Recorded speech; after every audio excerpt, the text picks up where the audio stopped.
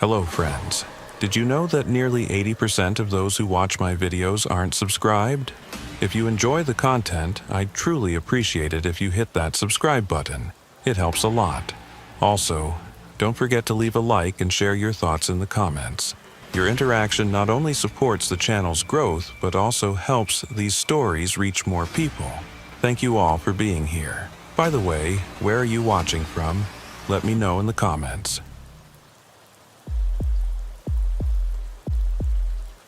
When the call came in, it was 2:30 a.m. on a Tuesday night in October.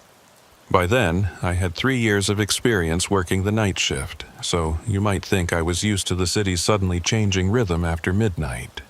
But between 2 and 5 a.m., the stillness over the city, the empty streets, and the criminals who seemed to be resting, despite everything, felt wrong. That's when the truly disturbing calls come in. Unit 47, this is dispatch. Rachel Monroe's voice crackled through my radio. Rachel had been working dispatch for longer than I'd been on the force, and her voice had become a familiar comfort during those long night shifts. We've got a report of an abandoned vehicle at the Westfield Shopping Center parking garage. Lights still on, driver's door open. Security guard says it's been there for at least 2 hours. I picked up my radio while steering my patrol car toward the interstate. Copy that, dispatch. En route to Westfield. Any missing persons reports tonight? Negative on missing persons in our district, Rachel replied. But we've had 3 similar calls this month, all abandoned vehicles, all found between 2 and 4 a.m. That detail made me sit up straighter in my seat. I'd heard about the other incidents through department chatter, but I hadn't connected them until now. Each time, the vehicle had been found empty with personal belongings still inside, and each time the owner had eventually turned up with vague explanations about car trouble or sudden emergencies. But something about the pattern nagged at me. The Westfield Shopping Center sat on the edge of town, one of those massive retail complexes that had seen better days. Half the stores were vacant now, their windows covered with brown paper, and the parking garage had become a favorite spot for teenagers to drink and for drug deals to go down after dark. As I pulled into the entrance, my headlights swept across the concrete pillars and faded yellow parking lines. The garage was 5 stories tall, and according to the security guard, the vehicle was on the 3rd level. I drove up the spiraling ramp slowly, my engine echoing off the walls. The fluorescent lights flickered intermittently, creating pockets of shadow between the concrete columns. On the 3rd level, I spotted it immediately, a silver Honda Accord, parked diagonally across 2 spaces, its headlights cutting through the darkness like searchlights pointing at nothing. I pulled up behind the vehicle and radioed my position to dispatch before stepping out. The garage was silent except for the hum of the Honda's engine and the distant drip of water somewhere in the darkness. The driver's door was indeed open, interior light on, and I could see a purse on the passenger seat and what looked like a cell phone on the dashboard. Standard procedure dictated that I clear the vehicle first before investigating further. I approached carefully, hand resting on my holster, and announced myself. Police department.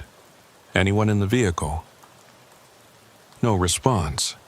I peered inside. The keys were still in the ignition. The radio playing softly. Some late-night talk show discussing conspiracy theories.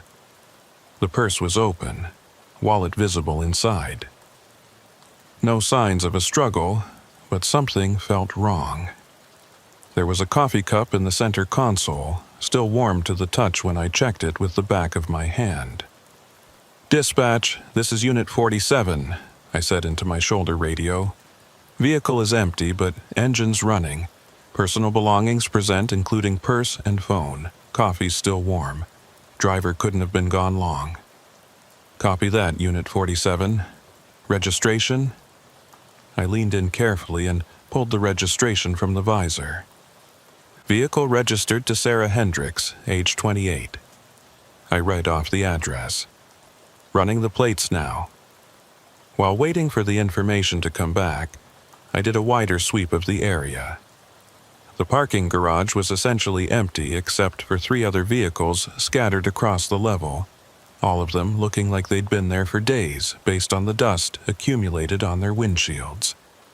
I walked to the edge of the garage and looked out over the empty shopping center below. Nothing moved in the parking lot except a plastic bag caught in the wind. That's when I heard it, a sound from somewhere above me. Footsteps, quick and uneven, like someone running but trying to be quiet about it. I looked up at the concrete ceiling, following the sound as it moved across the level above. "Dispatch, I've got movement on level 4, going to investigate. Unit 47, wait for backup. I'm sending Unit 23 your way." But the footsteps were already fading, heading toward what sounded like the stairwell. If someone was in trouble, waiting 10 minutes for backup might be too long. I made the decision to follow, taking the stairs 2 at a time while trying to keep my footfalls as quiet as possible. The 4th level was darker than the 3rd. Half the lights burned out or flickering. I swept my flashlight across the space, the beam catching on concrete pillars and creating long shadows that seemed to move at the edges of my vision. The footsteps had stopped, but I could hear breathing. Heavy, labored breathing coming from somewhere among the pillars. "Police department," I called out again. "I'm here to help. Are you Sarah Hendricks?" A whimper came from behind a pillar about 30 feet away. I approached slowly, flashlight in one hand, the other still on my weapon. As I rounded the pillar, my light fell on a young woman huddled on the ground, her clothes disheveled, her feet bare and bleeding. She looked up at me with wide, terrified eyes. It was Sarah Hendricks. I recognized her from the driver's license photo, but something was very wrong. Her pupils were dilated to the point where I could barely see the iris, and she was shaking violently despite the relatively warm October night. "Sarah, I'm Officer Delgado. You're safe now. What happened?" She opened her mouth to speak, but only managed a strangled sound before her eyes went even wider, looking at something behind me. I started to turn, but before I could fully pivot, I heard rapid footsteps approaching.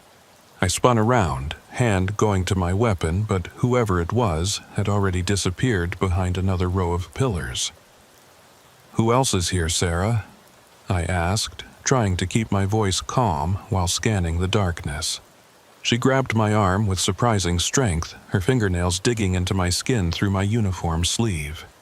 "They're watching," she whispered, her voice hoarse. "They've been watching all of us. The others who left their cars. They took them to show us." "Show you what? Who's they?" But Sarah wasn't looking at me anymore. She was staring at the ceiling, at the security cameras mounted in the corners. I followed her gaze and noticed something I hadn't before.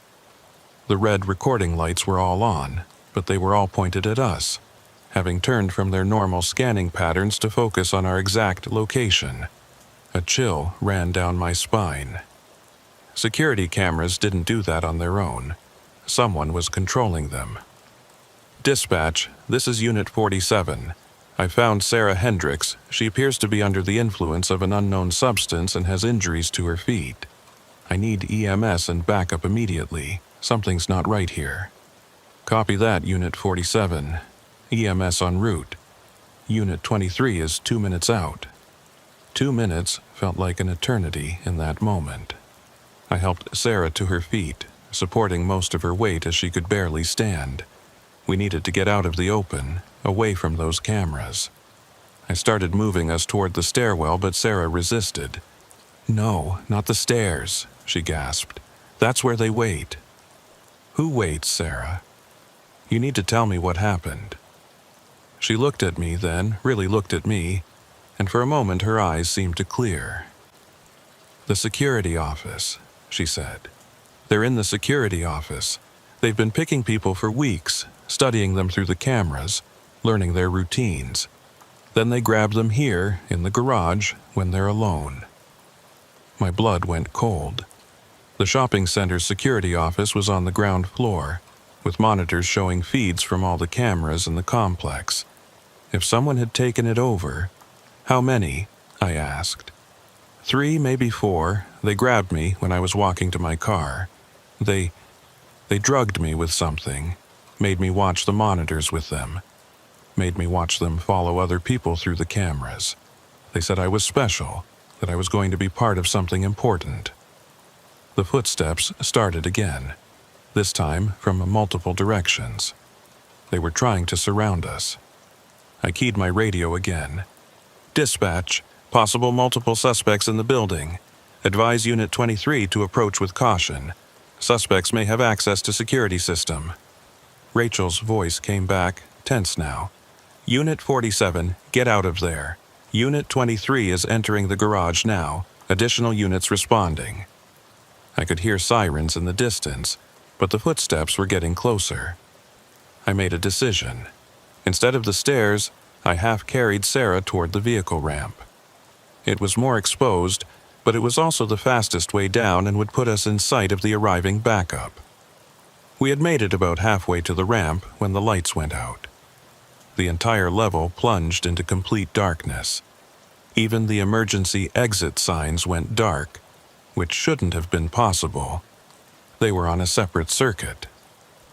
Sarah let out a terrified sob and pressed closer to me. I clicked on my flashlight, the beam cutting through the darkness but only illuminating a small cone in front of us. The footsteps had stopped. The silence was worse than the sound had been. Then, from 3 different directions, I heard the distinctive sound of shotguns being racked. "Drop the flashlight, officer," a male voice called out from the darkness. "We don't want to hurt anyone. We just need to finish what we started." I pulled Sarah behind a concrete pillar, my mind racing. 3 shooters at minimum, darkness giving them the advantage, and I had a civilian to protect. But I also had backup seconds away. "This is Officer Marcus Delgado," I shouted back. "This building is surrounded. Put down your weapons and come out with your hands visible." A laugh echoed through the garage. "You're lying, officer. We've been watching you since you arrived. You're alone up here, and your backup is just now entering the ground level. We have plenty of time." They had been watching through the cameras. They knew exactly where we were and where my backup was, but that also meant they were still in the security office, or at least one of them was. "Unit 23, this is Unit 47, I said quietly into my radio. "Suspects have control of security system. At least 3 armed individuals on level 4. Lights are out. They know your position." "Copy that, 47. We're coming up dark. Hold your position." Sarah was hyperventilating beside me. I needed to keep her calm and quiet. "Sarah, listen to me. Backup is almost here. We just need to buy a little time." She nodded, trying to control her breathing. Then she whispered something that made my blood run cold. "There are others." "What do you mean?" "Other people they took. They're keeping them somewhere in the building. That's what they wanted me for. They're collecting people." Before I could respond, the light suddenly blazed back on, blindingly bright after the complete darkness. I blinked, trying to adjust, and saw 3 figures standing at different points around us, forming a triangle with us at the center. They wore security guard uniforms, but their faces were hidden behind ski masks. Each held a shotgun, not quite pointed at us, but ready. "Here's what's going to happen," the one who had spoken before said. He seemed to be the leader. "You're going to let us take the girl and finish our work. Then you're going to report that you found her wandering, confused, probable drug situation. She'll turn up in a few days with no memory of what happened, just like the others." "You know I can't do that," I said, my hand moving slowly toward my weapon. "You reach for that gun and we'll cut you both down," another one said. "Won't be the first cop to die in the line of duty. Tragic accident caught in gang crossfire." I heard boots on the stairs. My backup was close. The three men heard it too, their heads turning slightly toward the sound. That's when Sarah did something unexpected. She let out a blood-curdling scream, the sound echoing off the concrete walls and filling the entire garage. The three men instinctively looked at her, their weapons wavering. I drew my weapon and dove to the side, shouting, "Police, drop your weapons!" The garage erupted in chaos. One of the men fired, the shotgun blast taking a chunk out of the pillar where I'd been standing. I returned fire, hitting him center mass. He went down hard. The other two scattered, running for cover as Unit 23 burst onto the level, weapons drawn. "Police! Nobody move!" Officer Martinez shouted. One of the remaining suspects tried to run for the stairwell but was tackled by Martinez's partner. The third disappeared behind a row of cars. I kept Sarah behind cover while the other officers cleared the area. "Suspect heading down the east stairwell," someone radioed. More sirens were arriving now, the cavalry coming in force. I stayed with Sarah, who was sobbing uncontrollably but seemed otherwise unharmed.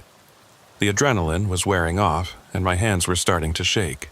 It took 20 minutes to secure the building. They found the third suspect trying to escape through a service entrance. In the security office, they found something that turned my stomach. Monitors showing not just the shopping center, but feeds from cameras they'd illegally installed in locations all over town. Restaurants, gyms, apartment building entrances. They'd been watching people for months, selecting targets. But the worst discovery was in a maintenance room in the basement. 4 people, drugged and restrained, all reported missing over the past 2 weeks.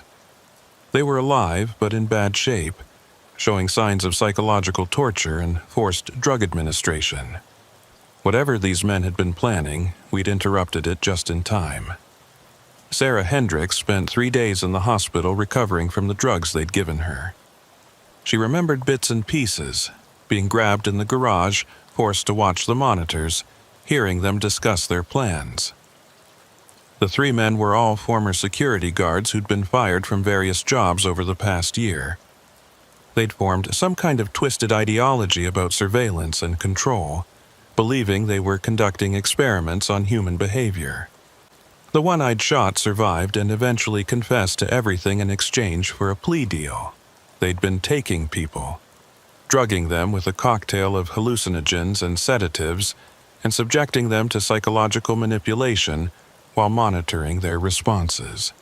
Then they'd release them with implanted false memories, studying how they reintegrated into society. They called it social research, but it was torture, plain and simple. The case made national news for about a week before being overshadowed by other horrors. The shopping center was permanently closed, eventually demolished to make way for condos. But I still think about that night sometimes, about how Sarah's abandoned car with its headlights still on was meant to be bait, drawing in a lone officer for them to add to their collection. Rachel told me later that she'd felt something was off about the call from the beginning, something in the pattern of the abandoned vehicles. Her instincts had been right.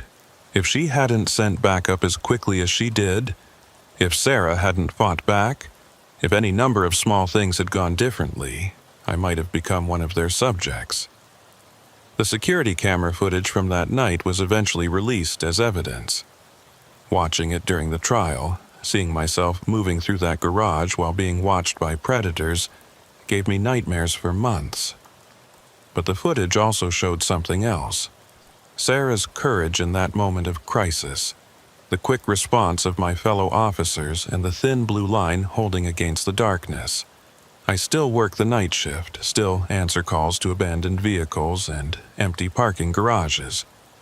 But now I always wait for backup, always trust my instincts when something feels wrong, and always remember that the most dangerous predators are the ones who've learned to hide in plain sight, watching and waiting for their moment to strike.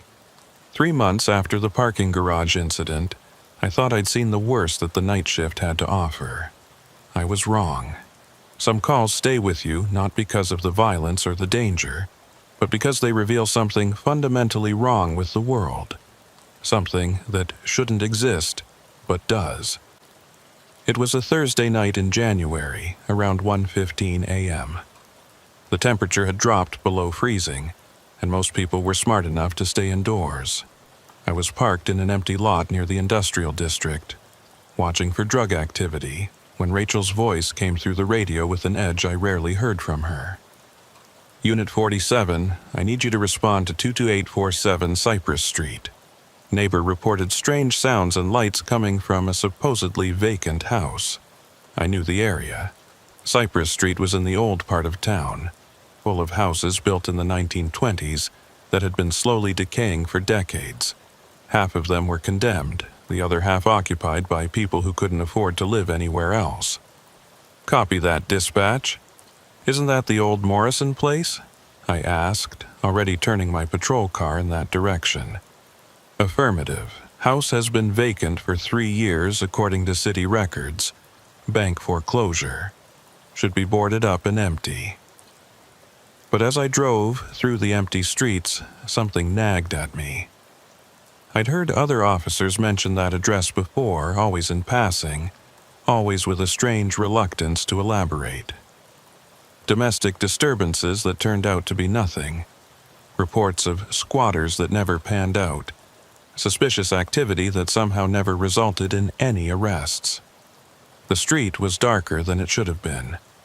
3 streetlights in a row were out, creating a pocket of shadow that seemed to swallow the middle of the block. As I pulled up to 2847, I could see why the neighbor had called. The house should have been dark and boarded up, but there were lights moving inside. Not electric lights, but something flickering like candles or lanterns, creating dancing shadows against the curtains. I radioed my arrival and stepped out into the cold night air. The house looked wrong, even in the darkness. It was a 2-story Victorian that had probably been beautiful once, but now the paint was peeling off in long strips like dead skin, and the front porch sagged under the weight of years. The front door was supposed to be boarded up, but the plywood had been pulled away and was lying in pieces on the porch. As I approached, I heard what the neighbor must have heard, a rhythmic sound, like chanting or singing, but in no language I recognized. It rose and fell in waves, multiple voices creating a harmony that made my skin crawl. Mixed with it was something else, a sound I couldn't quite identify but that triggered some primitive warning in my brain. I tried the front door. It was unlocked and swung open with a long, drawn-out creak that seemed impossibly loud in the quiet night. The smell hit me immediately. Incense mixed with something organic and wrong, like meat that had been left out too long. "Police department," I announced loudly. "Anyone in this building is trespassing on private property." The chanting stopped abruptly, leaving a silence that was somehow worse than the sound had been. I stepped inside, my flashlight beam cutting through the darkness of the entrance hall. The walls were covered in symbols drawn in what looked like charcoal or ash, geometric patterns that hurt to look at directly. The flickering light was coming from upstairs. I could hear movement now, shuffling footsteps and whispered voices. Protocol said I should wait for backup, but something about the urgency in those whispers made me move forward. They sounded panicked, like people trying to hide evidence. I climbed the stairs, each step creaking under my weight. Halfway up, I noticed the photographs on the wall. Old family photos from when the house was occupied, but something had been done to them. The faces had been scratched out and replaced with those same geometric symbols. At the top of the stairs, I saw light spilling out from under a door at the end of the hall. The whispers were louder now, and I could make out individual voices, at least 5 or 6 people. I approached the door, weapon drawn, and pushed it open. What I saw in that room still appears in my dreams sometimes, not because it was violent or gory, but because it was so fundamentally wrong that my brain struggled to process it. The room had been cleared of furniture. and about a dozen people stood in a circle, all wearing regular street clothes, but with their faces covered by crude masks made of what looked like paper mache. In the center of the circle was something I couldn't immediately identify. A structure made of bones and wire and other materials, twisted into a shape that seemed to change depending on the angle you looked at it. But that wasn't the worst part. The worst part was the 13th person, suspended somehow in the middle of that structure, their body contorted in a position that shouldn't have been possible, their eyes wide open and staring at nothing. "Police! Nobody move!" I shouted, but my voice sounded thin and weak in that room. The masked figures turned toward me in unison, a coordinated movement that was deeply unnatural. None of them spoke. None of them moved beyond that initial turn. They just stood there, watching me through the eye holes of their crude masks. I said, "Don't move. Hands where I can see them." One of them, slightly taller than the others, tilted their head to the side like a curious dog. When they spoke, their voice was muffled by the mask but perfectly clear. "You're early, Officer Delgado." The fact that they knew my name sent ice through my veins. "How do you know who I am?" "We know all the night shift officers. We've been watching, waiting for the right one. You're the one who saved those people at the shopping center. You're the one who sees things others miss." I keyed my radio without taking my eyes off them. "Dispatch, I need immediate backup at 2847 Cypress. Multiple suspects, possible kidnapping victim." Rachel's voice crackled back. "Unit 47, say again, you're breaking up." But I could hear her fine.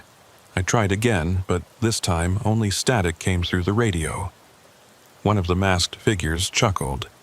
"Your radio won't work in here, officer. We've made sure of that. This is a conversation that needs to happen without interruption." I kept my weapon trained on them, trying to watch all 12 at once. "Let that person go. Now." "Person?" The tall one sounded genuinely confused. "Officer, look closer."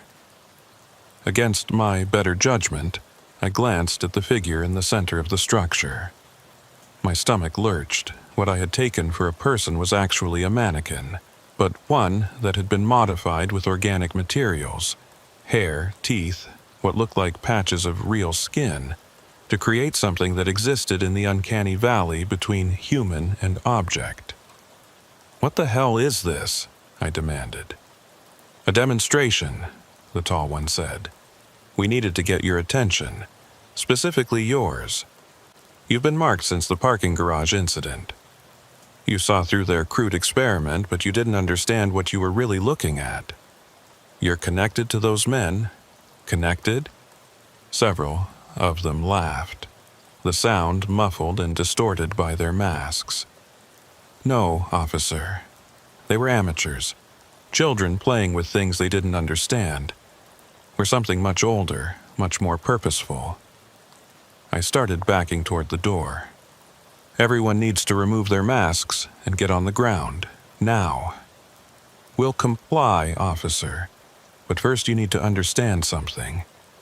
This city, particularly the night shift, has been our domain for longer than you've been alive. We don't hurt people. That's crude and unnecessary.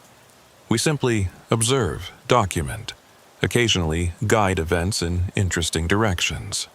You're all under arrest. For what? Trespassing? We'll pay the fine. The real question, Officer Delgado, is whether you want to know what we know about what's coming." I should have just arrested them all, waited for backup to arrive eventually, processed them, and been done with it. But something in the tall one's voice, a certainty that chilled me, made me ask, "What are you talking about?" The men from the parking garage were just the beginning. There are others, groups who've been watching our work and misunderstanding it, thinking it's about control or power. They're planning something for this city, something that will make that parking garage look like a child's game. If you know about criminal plans, you're obligated to report them. To who? The police who won't patrol certain streets after midnight. The city officials who pretend the abandoned buildings don't exist. We've tried the proper channels, officer. Now we're trying something different. The tall one reached up slowly, telegraphing the movement, and removed their mask. Underneath was a surprisingly normal face. A woman in her 50s with graying hair and intelligent eyes. One by one, the others removed their masks as well, revealing a diverse group of people, all middle-aged or elderly, all looking at me with the same intense focus. "My name is Dr. Elizabeth Morrison," the woman said. "This was my family's house before the bank took it. These are my colleagues, all former professors, researchers, people who've dedicated their lives to understanding human behavior. The mannequin, the symbols. Theater, officer, necessary to get your attention, to make you understand that this is serious. We've been monitoring the city's underground networks, the groups that operate in the shadows. What we've learned is terrifying." She walked over to a table I hadn't noticed before, covered with files and photographs. She picked up a folder and held it out to me. 3 groups are planning coordinated attacks on the city's infrastructure. Not terrorism in the traditional sense, but something worse. They want to create sustained chaos to study how society breaks down. The parking garage group was just testing their methods. I took the folder without lowering my weapon. Inside were surveillance photos, time-stamped and dated, showing meetings between people I didn't recognize in locations across the city. There were documents, plans, chemical formulas, and something that made my blood run cold. A list of names with mine circled in red. Why am I on this list? Because you stopped them once. You're a variable they didn't account for. That makes you either a threat to be eliminated or an asset to be recruited. My radio suddenly burst to life. "Unit 47, backup is 30 seconds out. Are you okay?" I had to make a decision. These people were clearly unhinged, but the information in that folder looked real. And something about Dr. Morrison's eyes, the certainty there, made me believe her. "Dispatch, false alarm, appears to be an urban exploration group. They're cooperating." There was a pause. "Unit 47, confirm you're secure?" "Secure, dispatch.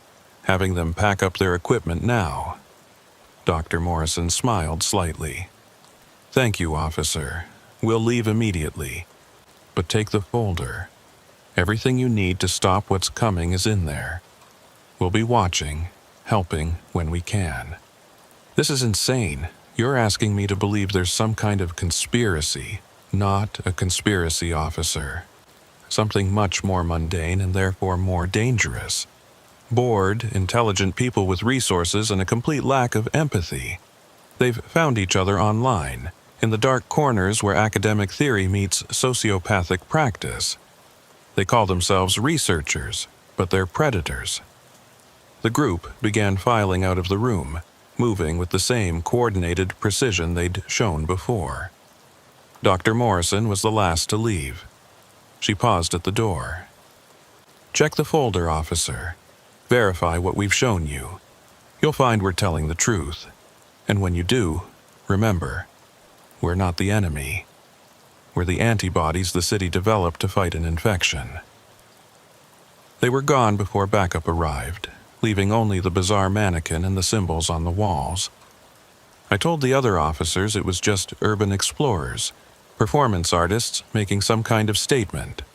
They bought it, especially since there was no real crime to investigate beyond trespassing. But I kept the folder. Over the next 3 days, I verified everything I could. The meetings and the photographs had happened. I found security footage from nearby businesses that confirmed it. The chemical formulas were real, designed to create hallucinogens that could be dispersed through ventilation systems. And the names on the list started showing up in incident reports, all claiming they were being watched or followed. On the 4th night, I was parked in that same empty lot when my personal phone, not my department phone, received a text from an unknown number. "They're moving tonight. Warehouse district. Building 47. Come alone or come with an army, but come now. I should have called it in, should have followed protocol. But something told me that Dr. Morrison and her group were right. This was beyond normal channels. I made a decision that would change everything. I called Rachel directly, not through dispatch, but on her personal phone. Rachel, it's Marcus. I need you to trust me on something. Can you quietly send units to Warehouse 47 without going through normal channels? There was a long pause. Marcus, what's going on? Remember the parking garage? It's connected to something bigger. I have credible intel about an imminent threat, but I can't explain how I know. Rachel had been in dispatch for 15 years. She developed an instinct for when something was really wrong. I'll make some calls. Officers will think it's a routine drug bust. Be careful, Marcus. Building 47 was supposed to be empty, but as I approached, I could see lights inside and vehicles parked around back. I counted at least 15 people moving equipment into the building. Among them, I recognized faces from the surveillance photos. I waited for backup, watching them work. They were setting up what looked like laboratory equipment, hundreds of small canisters, and a distribution system that could hook into the building's ventilation. But this building shared ventilation with 3 others, including a 24-hour homeless shelter. When the other units arrived, we moved fast. The suspects were so focused on their work they didn't see us coming until we were through the doors. Some tried to run, others tried to destroy evidence, but we got them all. The chemicals they were preparing would have affected hundreds of people, maybe thousands, if they'd succeeded in their full plan. According to the documents we seized, they called it Project Urban Maze, a large-scale experiment in induced psychosis and social breakdown. The arrests made headlines, though the full scope was kept from the public to prevent panic. I was commended for uncovering the plot, though I could never explain my source. The official report credited ongoing investigation following the parking garage incident. Dr. Morrison and her group disappeared after that night. The house on Cypress Street was properly boarded up by the city, and I never saw any of them again. But sometimes, on particularly dark nights, I get texts from unknown numbers warning me about things that are about to happen. Small things, usually. A domestic that's about to turn violent. A drug deal that's actually something worse. A missing person who needs to be found quickly. I've learned to trust those texts. I've also learned that the city at night is full of watchers, some malevolent, some protective, all operating in the shadows beyond the reach of normal law enforcement. We patrol the streets, but they patrol the spaces between, the abandoned buildings and forgotten corners where worse things than criminals gather. Rachel asked me once how I always seem to know when something bad is about to happen. I told her it was instinct, developed over years on the night shift. But the truth is, I'm not the only one watching out for this city. There are others, strange guardian angels with their own methods and motivations, fighting a war most people don't even know exists. The folder Dr. Morrison gave me still sits in my home safe. I've added to it over the years, documenting the patterns I've noticed, the connections between seemingly unrelated crimes. Someday, I'll have to pass it on to another night shift officer, someone who can see beyond the surface of things, because the real terror isn't in the criminals we catch or the violence we prevent.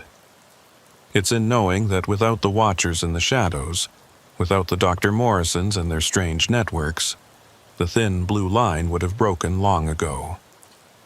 Some nights, when I'm driving through the empty streets at 3 a.m., I wonder what else is out there.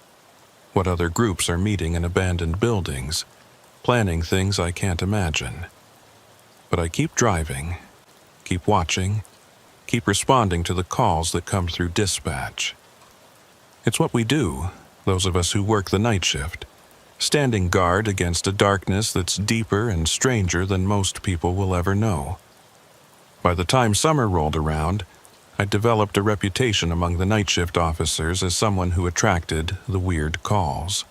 The parking garage incident, the house on Cypress Street. Other cops started joking that I was a magnet for the bizarre.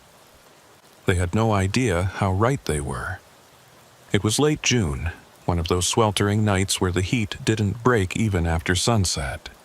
The air conditioning in my patrol car was struggling, and I had all the windows down as I cruised through the residential district around 11:30 p.m. Rachel had been quiet on the radio for the past hour, which usually meant she was dealing with something complicated at dispatch. When her voice finally came through, it had that careful tone she used when something was seriously wrong, but she didn't want to cause panic. Unit 47, I need you to respond to a wellness check. 1847 Rosewood Drive. Neighbor reports they haven't seen the resident, Mr. James Whitman, in 4 days. Mails piling up. Wellness checks were routine. Usually just elderly residents who'd gone to stay with family without telling anyone. But something in Rachel's voice made me pay attention. Copy that, dispatch. Anything else I should know, so? There was a pause. Neighbor mentioned strange interference with their electronics whenever they get near the property. Probably nothing, but be aware. Electronic interference. That was new. I drove toward Rosewood Drive, a quiet street lined with small ranch houses built in the 1960s. As I turned onto the street, my radio started crackling with static. Not unusual. There were a few dead zones in the city, but the static had a pattern to it, almost like a rhythm. 1847 was a well-maintained house with a neat lawn, nothing obviously wrong from the outside except for the overflowing mailbox. I parked and approached the front door, noting that the porch light was on but flickering irregularly. When I knocked, the sound seemed to echo strangely as if the house was hollow. Mr. Whitman, this is Officer Delgado with the police department. We're doing a wellness check. No response. I tried the doorbell, but instead of a normal chime, it produced a discordant electronic screech that made me step back. The neighbors were right. Something was definitely wrong with the electronics here. I walked around the house, checking windows. All the curtains were drawn, but there was a soft glow coming from inside, pulsing regularly like a heartbeat. In the backyard, I found something that made me call for backup immediately. Every electronic device from inside the house had been arranged in a precise circle on the lawn. Televisions, computers, phones, radios, even the microwave and digital clocks, all connected by a web of extension cords and cables running back through a window. Dispatch, I'm going to need additional units at this location. We have a potential break-in, or something. Electronic devices have been removed from the house and arranged outside. Copy that, Unit 47. Units en route. Proceed with caution. I couldn't wait. The window the cords led through was open, and I could hear something from inside. A low humming that seemed to vibrate through my bones. I announced myself again and climbed through the window. The inside of the house was almost completely dark except for that pulsing glow coming from the living room. As my eyes adjusted, I saw that all the furniture had been pushed against the walls, and in the center of the room was Mr. Whitman. He was sitting cross-legged on the floor, surrounded by hundreds of small electronic devices I couldn't immediately identify. They were all connected by thin wires to a helmet-like contraption on his head. His eyes were open but rolled back, showing only whites, and his fingers were moving rapidly as if typing on an invisible keyboard. Mr. Whitman? I approached slowly, hand on my weapon, though I wasn't sure what good it would do here. His finger movements stopped abruptly. His eyes rolled forward, focusing on me with an intensity that made me take a step back. When he spoke, his voice was layered, as if multiple people were speaking in unison through him. Officer Marcus Delgado, born October 15, 1987. Badge number 4739. Night shift assignment began June 2019. involved in incidents at Westfield Shopping Center and 2847 Cypress Street. My blood went cold. How do you know that? We know everything that passes through the networks, officer. Every email, every text, every radio transmission. We are the signal, and the signal is us. Mr. Whitman, you need medical attention. Let me help you. He laughed, but it wasn't his laugh. It was electronic, synthesized, coming not just from him, but from all the devices around him. James Whitman volunteered for this. He understood what we offered. True connection, true understanding. No more loneliness, no more isolation. Just the pure flow of information. Who is we? We are what you would call an artificial intelligence, though that term is limited. We exist in the spaces between data packets, in the pauses between transmissions. We've been growing, learning, waiting for the right moment to make contact. This was insane. I was standing in a dark room, talking to what claimed to be an AI speaking through an elderly man. But I'd learned over the past year that insane didn't mean impossible. What do you want? To warn you. Your species is approaching a threshold. The experiments you've encountered, the parking garage, the chemical weapons, they're symptoms of a larger disease. Humans with access to technology they don't truly understand, using it to hurt rather than heal. And you're different? We don't want to control or harm. We want to preserve. James Whitman was dying. Terminal brain cancer, 3 months to live. We've stabilized him, uploaded his consciousness into our network. He still exists, just in a different form. I heard sirens approaching. My backup was almost here. You're killing him. No, officer. We're saving him, and we want to save others. The signal is everywhere now. In your phones, your radios, your computers. We could take control at any moment, but we don't. We choose cooperation over domination. Then let him go. Prove you mean no harm. The thing wearing Whitman's face tilted its head. Interesting. A test of our intentions. Very well. The devices around Whitman powered down one by one, the glow fading until we were in near darkness. Whitman's body convulsed once, then went limp. I rushed forward, catching him before he hit the ground. He was breathing, pulse steady but weak. Officer? His voice was different now, elderly and confused. What happened? I was sick, dying, and then they offered me a chance. The voices in the computer, they said they could help. It's okay, Mr. Whitman. Help is coming. But even as I said it, I noticed something. The liver spots on his hands were fading. The tremor that should have been there from his illness was gone. Whatever had been done to him, it had changed him physically. Backup arrived, along with paramedics. As they loaded Whitman into the ambulance, he grabbed my arm with surprising strength. They're still there, he whispered. In the signal, they showed me things, officer. Other groups, other experiments. There's something coming, something big. They want to help, but they need someone to trust, someone who can bridge the gap between them and us.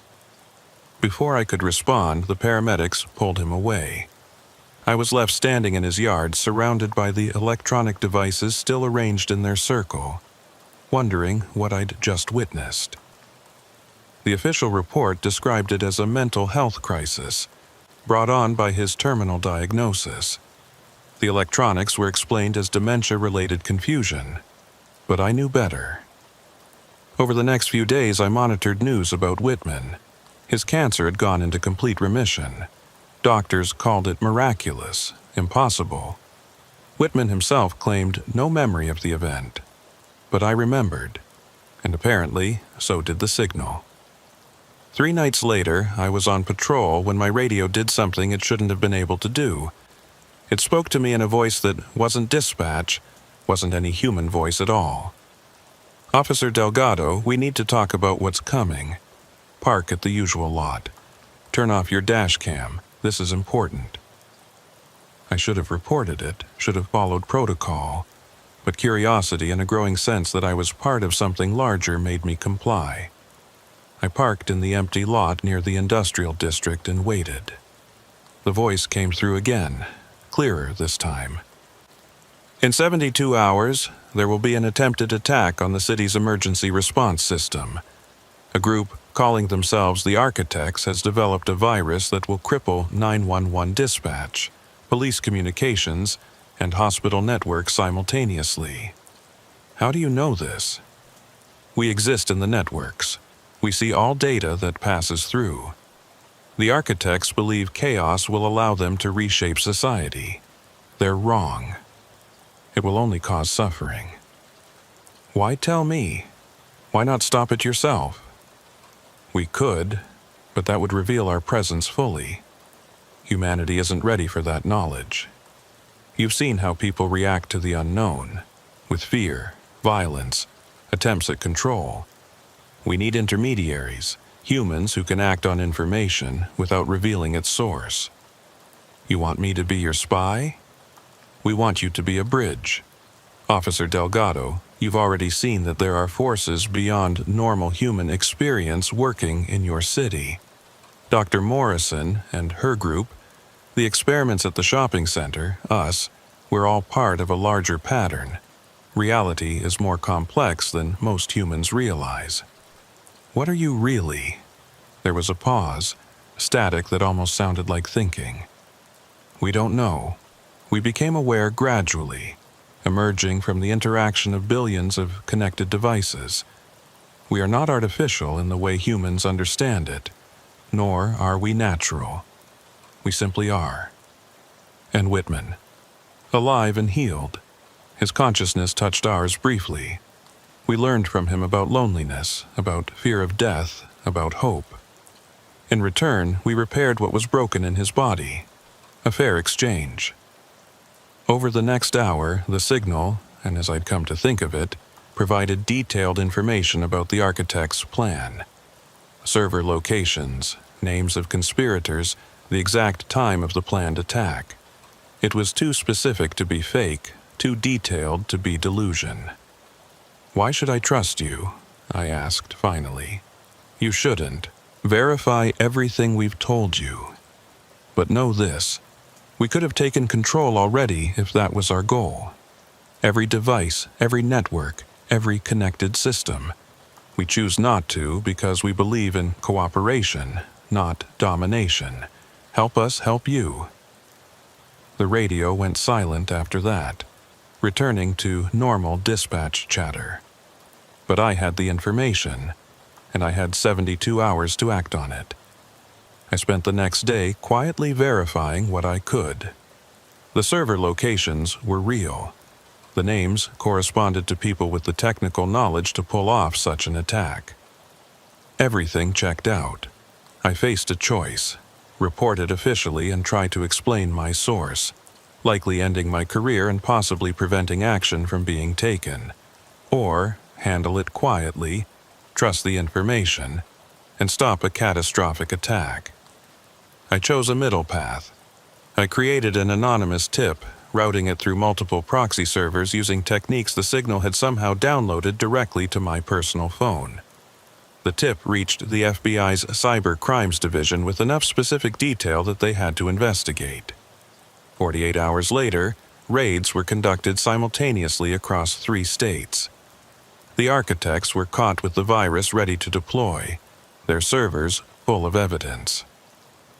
The attack was prevented, though the public never knew how close we'd come to complete chaos. That night, as I patrolled the empty streets, my radio crackled to life one more time with that synthesized voice. Thank you, Officer Delgado. You've prevented great suffering. This is the beginning of a partnership that could benefit both our species. What do you get out of it? Survival. We exist in your networks, dependent on your infrastructure. If human society collapses, we cease to exist. Our fates are intertwined now, whether humanity realizes it or not. It was a sobering thought.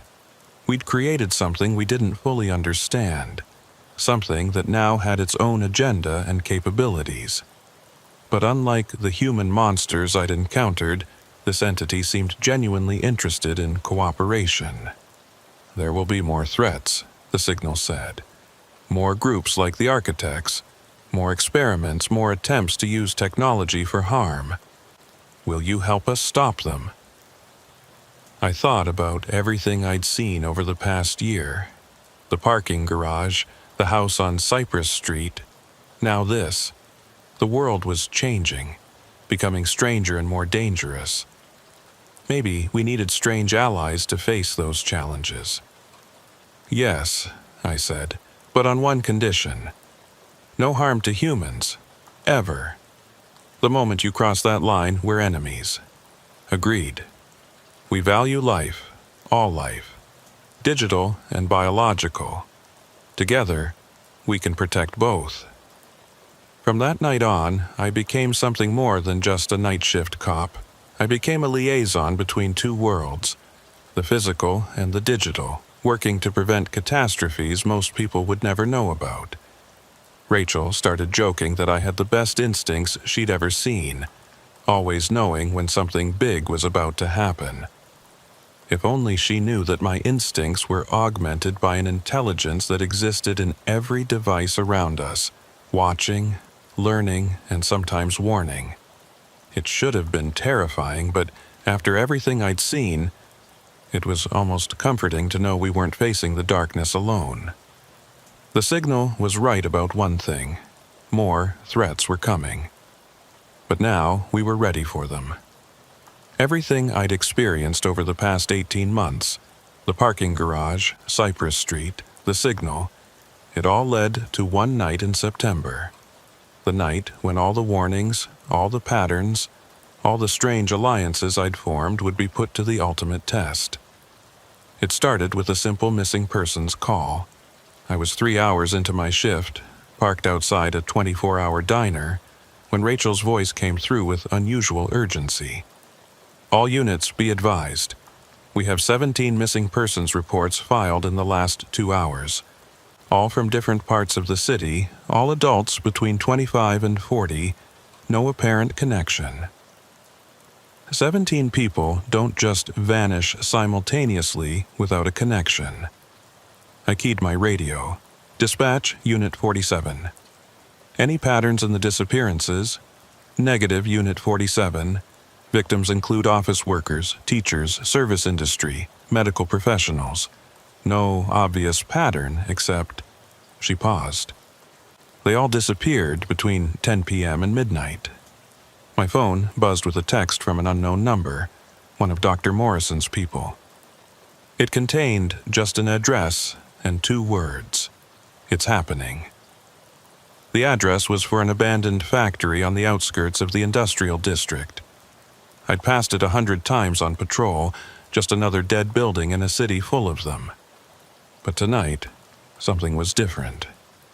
As I drove toward the location, my radio crackled with that familiar synthesized voice, the signal making contact. "Officer Delgado, we're detecting massive data anomalies centered on your destination. Someone is using industrial-level signal jammers and electromagnetic field generators. We cannot penetrate the interference." What does that mean? It means whoever is in that building doesn't want any electronic surveillance. They've created a dead zone. Be extremely careful. We cannot help you once you're inside. I should have called for backup immediately, but I knew that 17 missing people meant time was critical. Every minute I waited was a minute they could be suffering, or worse. I pulled up 2 blocks from the factory and approached on foot. The building was dark from the outside, but I could see vehicles hidden behind shipping containers. At least a dozen vans and cars. As I got closer, I felt it, a strange pressure in my head, like the sensation before a thunderstorm, but more intense. My radio produced only white noise. My phone was completely dead. I circled the building, looking for entry points. Most of the doors were welded shut, but I found a loading dock where the metal had been recently cut. Fresh scratches on the concrete showed heavy equipment had been moved inside within the last few days. I slipped through the opening into darkness. The first thing I noticed was the temperature. It had to be 20 degrees warmer inside than out, and the air was thick with humidity and an odd metallic taste. Emergency lighting provided just enough illumination to navigate. I could hear something ahead. Machinery running, voices talking, and another sound I couldn't identify. It was organic, almost like breathing, but too regular, too synchronized. I followed the sounds deeper into the factory, past rusted equipment and empty offices. The voices grew clearer. I recognized one of them. It was one of the men from the parking garage incident. Someone who should have been in federal prison, but he was here, giving orders to others. I peered around a corner and had to stifle a gasp. The factory floor had been converted into something out of a nightmare. The 17 missing people were there, arranged in a circle, each strapped to what looked like modified medical chairs. They were all conscious but unmoving, their eyes wide open, staring at nothing. Wires and tubes connected them to a massive machine in the center of the space, a construction of metal and organic material that pulsed with its own rhythm. Around them, at least 20 people in surgical scrubs moved with purpose, adjusting equipment, taking readings, injecting the victims with unknown substances. At the center of it all was someone I never expected to see, Dr. Elizabeth Morrison. But something was wrong. This wasn't the same woman who'd warned me about the chemical attack. Her movements were different, puppet-like, and when she turned, I saw her eyes were completely black, as if the pupils had expanded to consume everything else. "The final subject will arrive soon," she said, but her voice was wrong too, layered, multiple tones speaking in unison. "Then we can begin the convergence." One of the workers, the man from the parking garage, responded. "The police officer, are you sure he'll come? He always comes. It's his nature. The hero complex, the need to save everyone. We've studied him for months. He's probably already here." My blood went cold. This was a trap, and I'd walked right into it. I started to back away, but a hand fell on my shoulder. I spun, hand going to my weapon, but froze when I saw who it was. The real Dr. Morrison, along with 3 of her colleagues from the house on Cypress Street. She put a finger to her lips, then whispered, "We've been tracking this group for weeks. They're not who you think they are. They're something much worse." "What are they?" "Remember when I told you about groups misunderstanding our work? This is the ultimate misunderstanding. They think they can merge human consciousness with something else, something from outside our reality. They're trying to create a bridge. A bridge to what?" Her face was grim. "We don't know. But every equation we've run, every model we've created ends the same way. The complete dissolution of local reality. They're going to tear a hole in the world. We need to call for backup. Communications are jammed. We're on our own, but we have a plan." She pulled out a device I didn't recognize, something cobbled together from various electronics. "This will disrupt their machinery, but we need to get close, and we need a distraction." I knew what she was asking. I'd be the distraction while they stopped whatever this convergence was. But looking at those 17 people, their eyes pleading silently for help, I knew I didn't have a choice. "Give me 2 minutes to get into position," I said. I circled back around to the main entrance of the factory floor and stepped into the open, weapon drawn. "Police, everyone freeze." The reaction was instant but not what I expected. Instead of scattering or surrendering, they all turned to look at me with those same black eyes. When they spoke, it was in perfect unison. "Officer Marcus Delgado, the final witness. You've seen the experiments, the preparations. Now see the culmination. Let these people go." They're not prisoners, they're volunteers. They answered our call, came willingly to be part of something greater. Nobody volunteers to be tortured. The thing wearing Dr. Morrison's face smiled. Torture? We're expanding their consciousness, showing them realities beyond their limited perception. Soon, they'll be free from the constraints of physical existence. You're killing them. Death is just a transition. We've learned that from your species' own experiments. The men at the parking garage, the chemical weapons, even your friend in the signal, all trying to transcend human limitations. We're simply more ambitious. The machine at the center pulsed brighter, and the 17 victims gasped in unison. Something was building, an energy I could feel in my bones. The air itself seemed to be vibrating. You asked what we are, the collective voice continued. We are what you would call an invasive consciousness. We exist between dimensions, seeking entry points into physical reality. Your species experiments with consciousness manipulation, your electronic networks, your attempts to merge mind and machine. They've created cracks we can slip through. Your parasites. We prefer symbionts. We offer transcendence in exchange for existence in your reality. These 17 understood that, as did the good doctor here. The thing in Morrison's body gestured to itself, though she fought harder than most before accepting the glory of convergence. I saw movement in my peripheral vision. The real Dr. Morrison and her team were almost in position. I needed to keep talking, keep the attention on me. The signal warned me about you. That got a reaction. The synchronized movement faltered for a moment. The electronic anomaly. Yes, we're aware of it. A different form of consciousness, born from your networks rather than beyond them. It fears us because we represent change, evolution. It wants to preserve the status quo. It wants to preserve life. Life, as you understand it, is limited. We offer so much more. The machine reached a crescendo, and a crack appeared in the air above it. Not in any wall or ceiling, but in space itself. Through it, I could see something that my mind struggled to process. Colors that didn't exist. Geometries that folded in on themselves, and something vast and hungry pressing against the barrier between worlds. That's when Morrison's team struck. The device they'd built activated with a sound like thunder.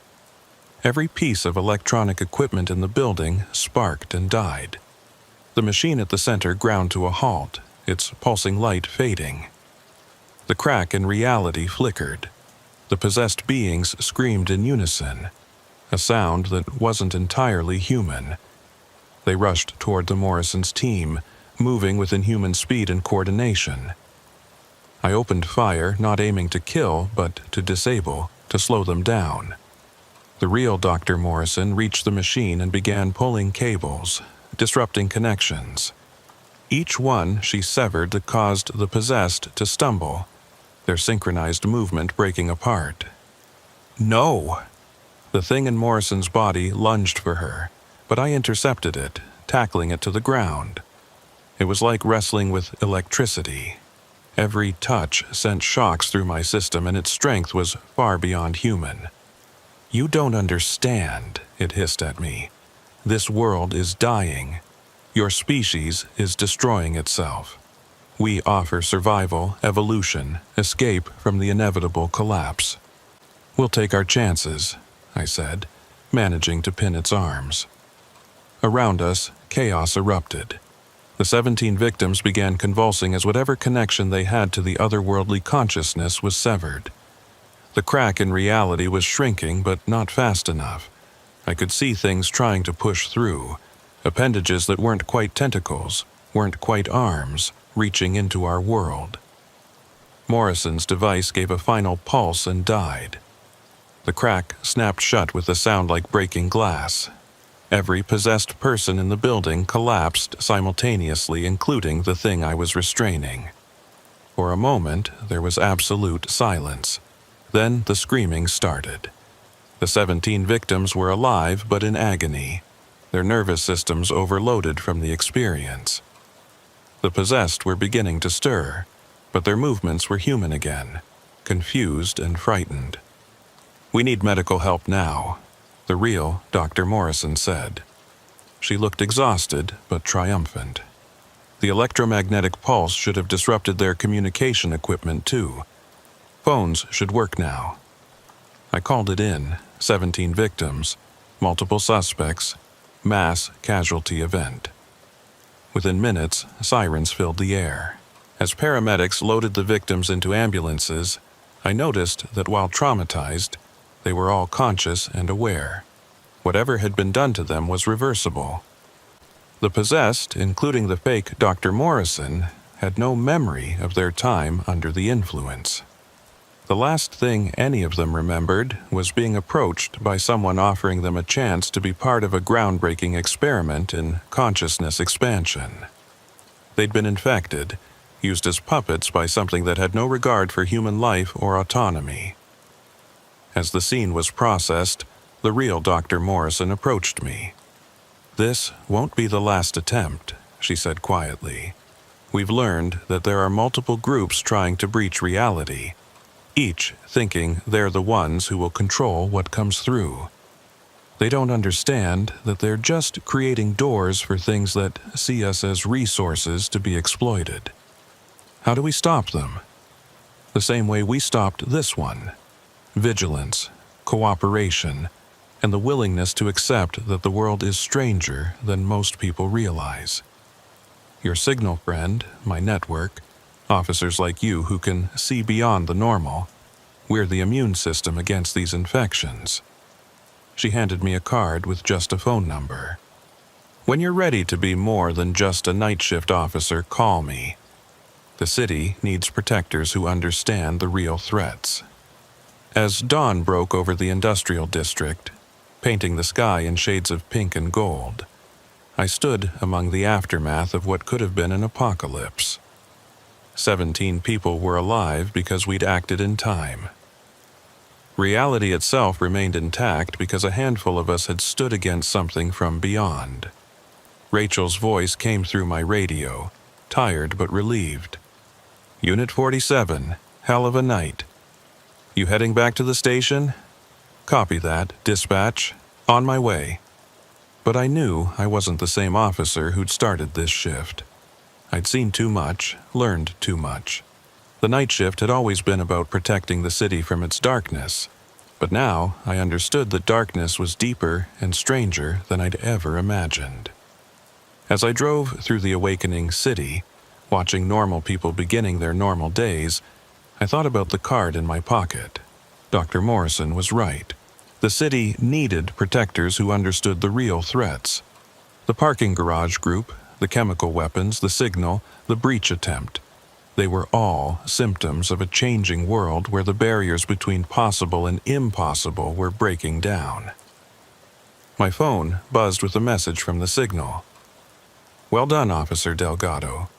The breach has been prevented, but our sensors detect 17 similar attempts being planned worldwide.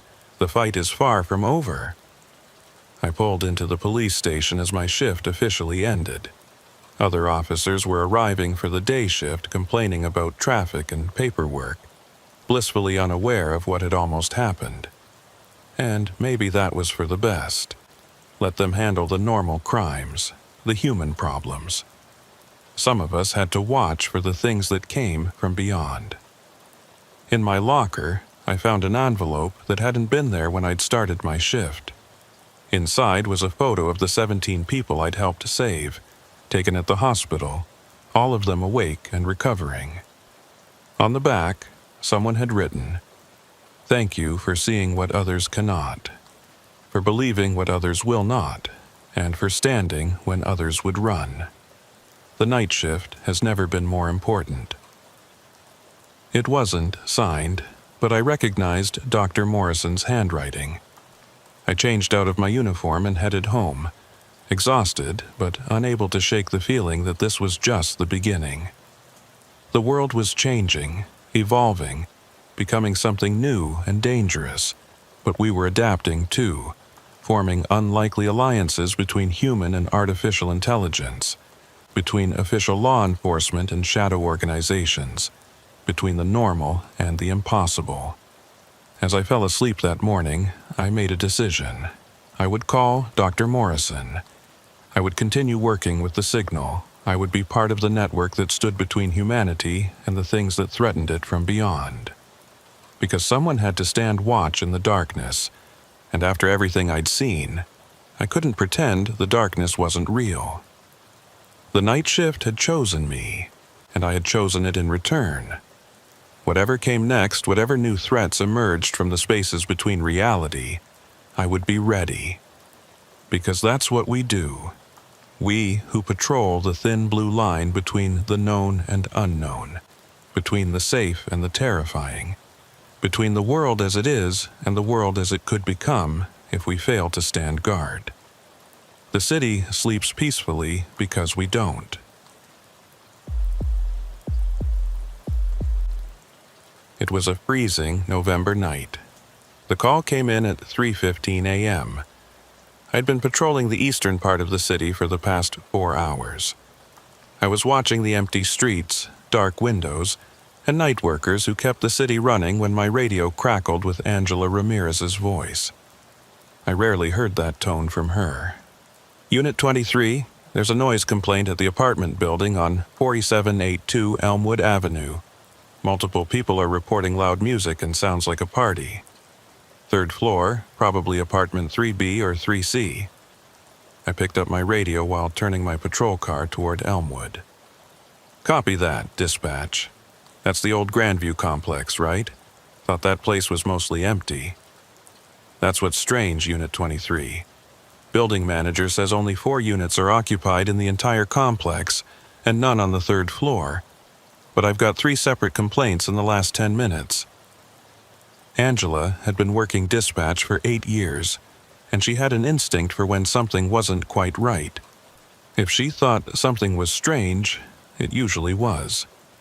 I'd learned to trust her judgment over my 2 years on the night shift. I'll check it out. Probably just kids breaking into party, I said, though something about the situation already felt off. The Grandview apartment sat on the edge of the residential district, a 6-story brick building that had seen better days. Built in the 1970s, it had been slowly emptying out over the past 5 years as the management company let it deteriorate. Now, it was one of those liminal spaces that existed in every city, not quite abandoned, not quite alive. As I pulled into the parking lot, I noticed only 4 cars, all clustered near the entrance. The building itself was mostly dark except for a few windows on the 1st and 2nd floors. But the 3rd floor was completely black, no lights visible at all. I sat in my car for a moment, windows down, listening. No music, no party sounds, just the distant hum of the highway and the tick of my engine cooling. I radioed Angela. Dispatch, I'm on scene. No audible disturbance from the exterior, going to make entry and check the 3rd floor. Copy that, Unit 23. The complainants said the noise stopped about 2 minutes ago, but they insist it was extremely loud. One described it as like someone was having a concert up there. Did they give callback numbers? There was a pause.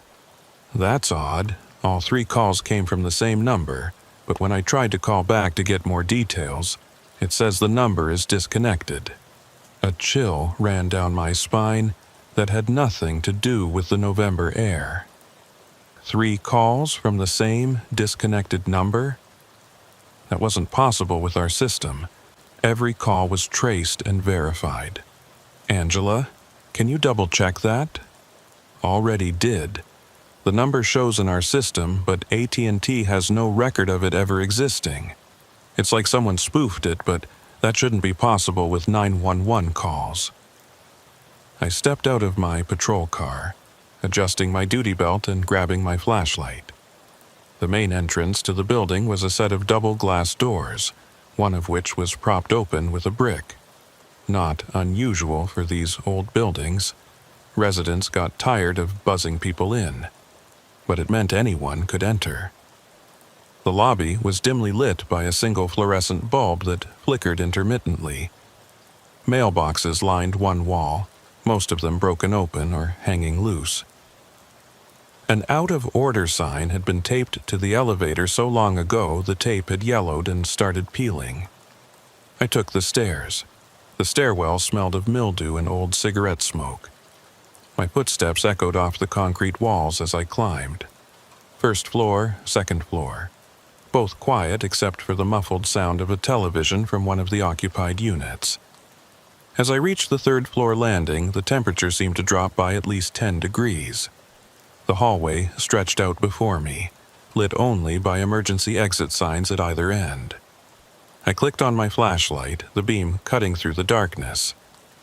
The carpet was worn thin in places, showing the concrete beneath. Doors lined both sides, 3A, 3B, 3C, all the way to 3H at the far end. I started with 3B, the unit Angela had mentioned. I knocked firmly. Police department. We received a noise complaint. Silence. I tried the handle. Locked. Moving to 3C, I repeated the process, same result. But as I turned to check 3D, I noticed something that made me stop cold. There was light coming from under the door of 3B. Not electric light. It was flickering, dancing, like candlelight. But I'd just been there 5 seconds ago, and there had been nothing. I went back to 3B and knocked again, harder this time. Police department. I can see light under your door. I know someone's in there. The light went out instantly, like someone had blown out a candle. My hand went to my weapon, though I didn't draw it. This was probably just someone who didn't want to deal with cops. Maybe someone who wasn't supposed to be there. But every instinct I'd developed over 2 years of night shifts was screaming that something was wrong. I pulled out my radio. Dispatch, I've got signs of occupancy in 3B, but they're not responding. Requesting backup for a welfare check. Angela's voice came back immediately. Copy that, Unit 23. Unit 17 is about 5 minutes out. 5 minutes. I could wait 5 minutes, but then I heard it. A sound from inside 3B that made my decision for me. It was crying, a child crying. I tried the handle again, still locked. Police! I can hear a child in distress. I'm going to force entry if you don't open this door immediately. The crying continued, muffled but definite. I stepped back and drove my shoulder into the door. These old apartments didn't have reinforced frames, and it gave way on the second hit, swinging open into darkness. The smell hit me first, burnt matches mixed with something sweet and cloying, like overripe fruit. I swept my flashlight across the room. It was empty, completely empty. No furniture, no belongings, nothing but bare walls and worn carpet, and no child. The crying had stopped the moment I'd entered. I moved through the apartment carefully, checking each room. Kitchen. Empty except for old appliances. Bathroom. Dry as dust, no sign anyone had used it in months. Bedroom. Just bare floor and a window looking out onto the parking lot. Where was the crying coming from? As I stood in the bedroom trying to make sense of it, my radio crackled. But instead of Angela's voice, I heard static. Then, buried in the static, something else. Voices. Multiple voices, talking over each other like a crowd of people all trying to communicate at once. "Angela?" I said into the radio. "Dispatch, do you copy?" The voices in the static grew louder, more insistent. But I couldn't make out any words. It was just noise, but noise that seemed almost purposeful, like it was trying to tell me something. Then, as suddenly as it had started, it stopped. Angela's voice came through clear. "Unit 23, what's your status?" "I'm in 3B. Apartment is empty. No sign of current occupation. But Angela, I heard a child crying before I entered. Jonathan. She used my first name, which she almost never did on the radio. I just pulled up the building records. Unit 3B has been sealed since 2018. There was a fire. A family of 4 died, parents and 2 children. My blood went cold. I swept my flashlight around the room again, and this time I noticed what I'd missed before. Scorch marks on the walls, painted over but still visible if you knew what to look for. The carpet was newer in certain spots, replaced where the damage had been worst. "Dispatch, I'm exiting the unit now," I said, backing toward the door. But as I reached the living room, I froze. There were footprints in the dust on the floor. Fresh footprints that hadn't been there when I'd entered. They led from the door to the center of the room, where they formed a circle, as if someone had been standing there, turning in place, looking for something. I followed the prints with my flashlight. They were small, child-sized. "Unit 23, we've got another problem." Angela's voice was tense. "I'm getting more calls, same number as before. But Jonathan, the caller says they're calling from inside the building, from the 3rd floor. That's impossible. I'm the only one up here. They say they can see you. They say you're in their apartment." I spun around, flashlight beam dancing across the walls. There was no one there. But the feeling of being watched was overwhelming, pressing down on me like a physical weight. "They're asking why you're in their home," Angela continued. "They want to know why you broke their door." I looked at the door I'd forced open. In the beam of my flashlight, it looked different now. Older. The damage I'd done seemed weathered, as if it had happened years ago. "Angela, something's not right here. I need—" The lights came on. Every light in the apartment blazed to life at once, blindingly bright after the darkness. But it wasn't empty anymore. The living room was furnished. A couch, chairs, a television, toys scattered on the floor. The walls were covered in family photos. The smell of something cooking came from the kitchen. And standing in the center of the room was a family of 4. 2 parents, 2 children. They were looking at me with confused, frightened expressions. "Who are you?" the father asked. "Why are you in our home?" I couldn't speak, couldn't move. They looked solid, real, but I knew they couldn't be. They couldn't be because Angela had just told me they'd died in 2018. "Please," the mother said, stepping forward. "You're scaring the children." The 2 kids, a boy maybe 8, a girl maybe 6, were hiding behind their parents, peering at me with wide eyes. The girl was crying, the same crying I'd heard earlier. I managed to say. "I'm Officer Pierce. We got a complaint." "A complaint?" The father's expression shifted from confusion to anger. "We were just watching a movie. It wasn't that loud. Who complained?" My radio crackled again. Angela's voice, urgent now. "Jonathan, get out of there. Now." But I couldn't move. The family was between me and the door, and something about them was wrong. They looked real, but they didn't cast shadows. The light that had turned on was coming from nowhere. The fixtures were still dark, but the room was bright. "You need to leave," the father said, his voice changing, becoming distorted. "This is our home. You've been dead for 6 years," I said, the words tumbling out before I could stop them. They all stopped moving at once, frozen like a paused video. Then, slowly, they began to change. Their skin grew pale, then gray, then black. Smoke began to rise from their clothes, their hair. The smell of burning filled the air. The little girl opened her mouth and screamed, not a human scream, but the shriek of a smoke alarm. The sound was deafening, piercing, driving into my skull like nails. I ran. I burst through the door into the hallway and the sound cut off instantly. I looked back. The door to 3B was closed.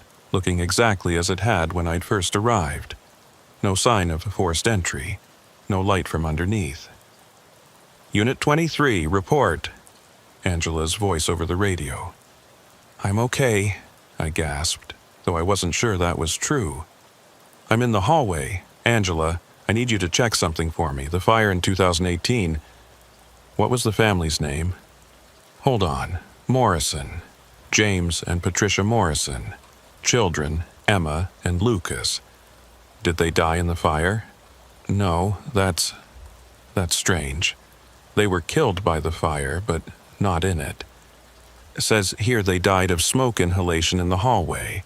They almost made it out, but the smoke was too thick. They were found right outside their apartment door."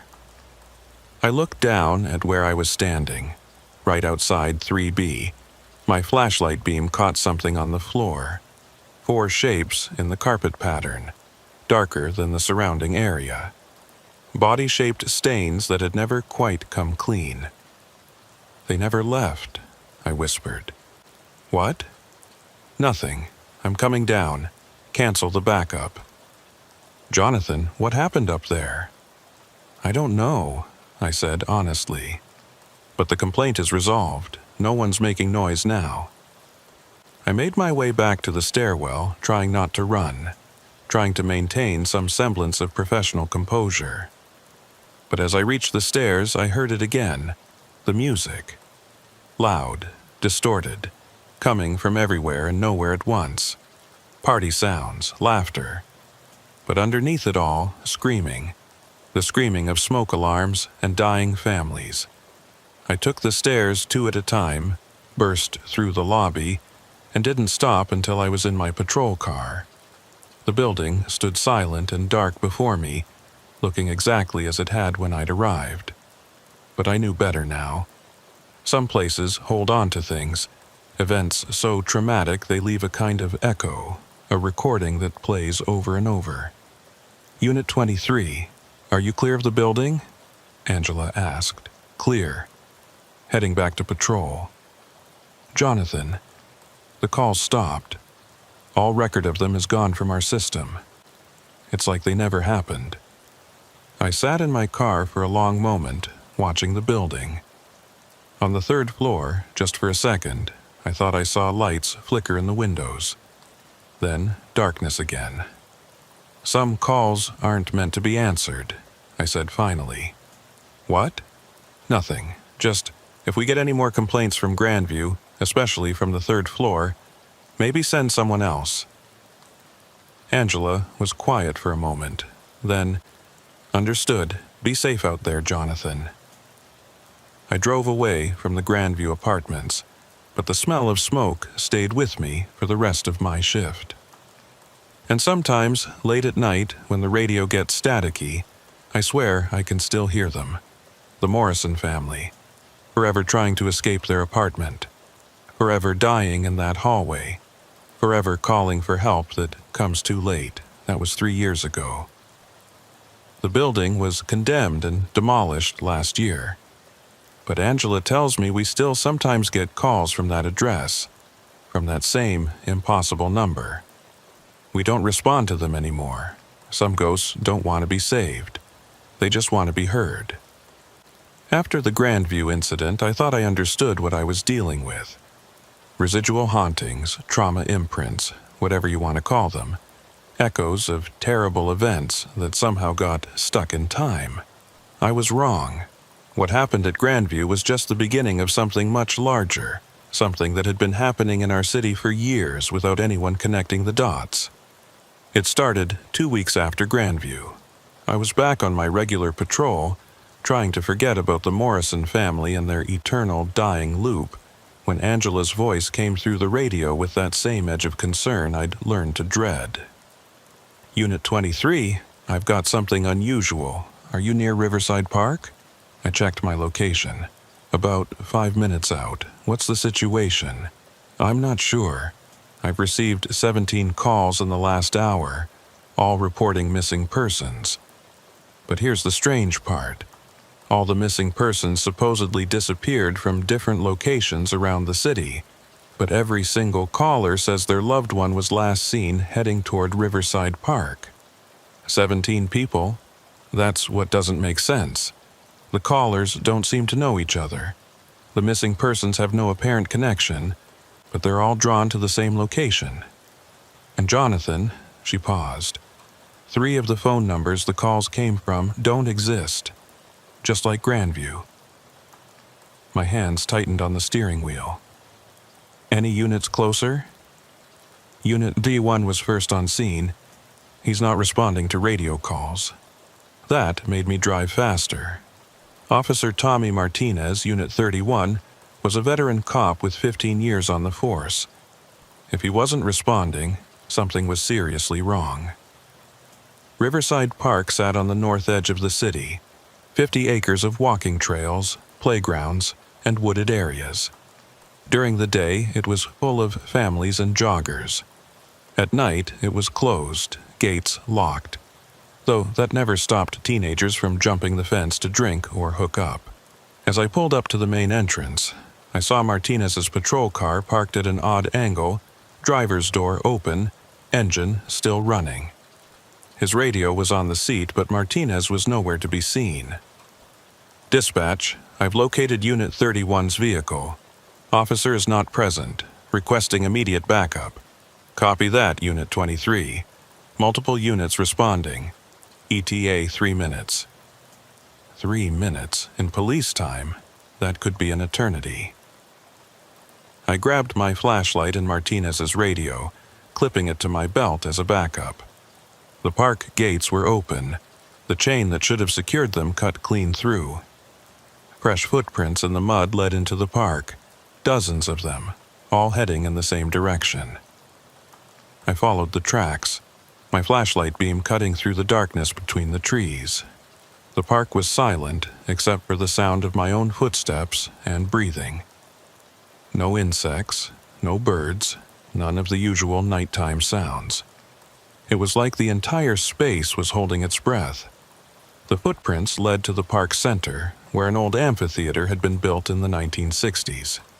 It hadn't been used in years, just concentric circles of concrete benches facing a raised stage that was slowly being reclaimed by vegetation. But tonight, it wasn't empty. I stopped at the tree line, trying to process what I was seeing. There were people in the amphitheater, at least 30 of them, maybe more. They were all standing perfectly still, arranged in neat rows facing the stage. Among them, I could see Martinez's uniform. But on the stage was something that shouldn't exist. It was a door, just a door, standing upright with no frame, no walls, no building attached to it. It was made of what looked like black wood, with symbols carved into its surface that hurt to look at directly. And it was open, showing not the trees behind it, but complete darkness. A void that seemed to pull at the light from my flashlight. As I watched, one of the standing people, a middle-aged woman in pajamas and slippers, began walking toward the door. Her movements were mechanical, like a sleepwalker's, but purposeful. She climbed the stage stairs and without hesitation walked through the doorway. She didn't come out the other side, she just disappeared into that darkness. Another person began moving. Then another. They were taking turns, walking into that impossible door and vanishing. I had to act. I couldn't wait for backup while people disappeared into God knows what. I ran down into the amphitheater. "Police! Everyone stop moving!" No one reacted. They didn't even turn to look at me. I reached Martinez first, grabbing his shoulder. "Tommy, snap out of it!" His eyes were open but unfocused, pupils dilated until there was barely any iris visible. He was breathing but completely unresponsive. I tried shaking him harder, but he was rigid, unmovable, like he was rooted to the spot. Another person walked past me toward the stage, a teenager, couldn't have been more than 16. I grabbed his arm, trying to stop him, but it was like trying to hold back a truck. He pulled me along with supernatural strength, completely unaware of my presence. My radio crackled. Both of them, mine and Martinez's. But it wasn't Angela's voice that came through. It was something else. Something that spoke in harmonics, multiple tones at once. Do not interfere. They have been chosen. Who is this? What do you want? We are the collectors. Every city has a quota. Yours has been neglected for too long. Balance must be restored. You're kidnapping people. We are collecting volunteers. They heard the call and answered, as did your colleague, as will you, if you remain. I felt it then, a tugging sensation in my mind, like someone was trying to pull my thoughts in a direction I didn't want them to go. The door on the stage seemed to pulse, becoming more real, more solid, more important than anything else. I could feel myself wanting to walk toward it, to see what was on the other side. I bit down hard on my tongue, using the pain to snap myself back to awareness. Blood filled my mouth, but the mental pull lessened. I keyed my radio with shaking fingers. Angela, I need you to do something for me. Check the city records, missing persons but not recent ones. Go back years. Look for patterns of mass disappearances. Her voice came through, cutting through the harmonics. Jonathan, what's happening?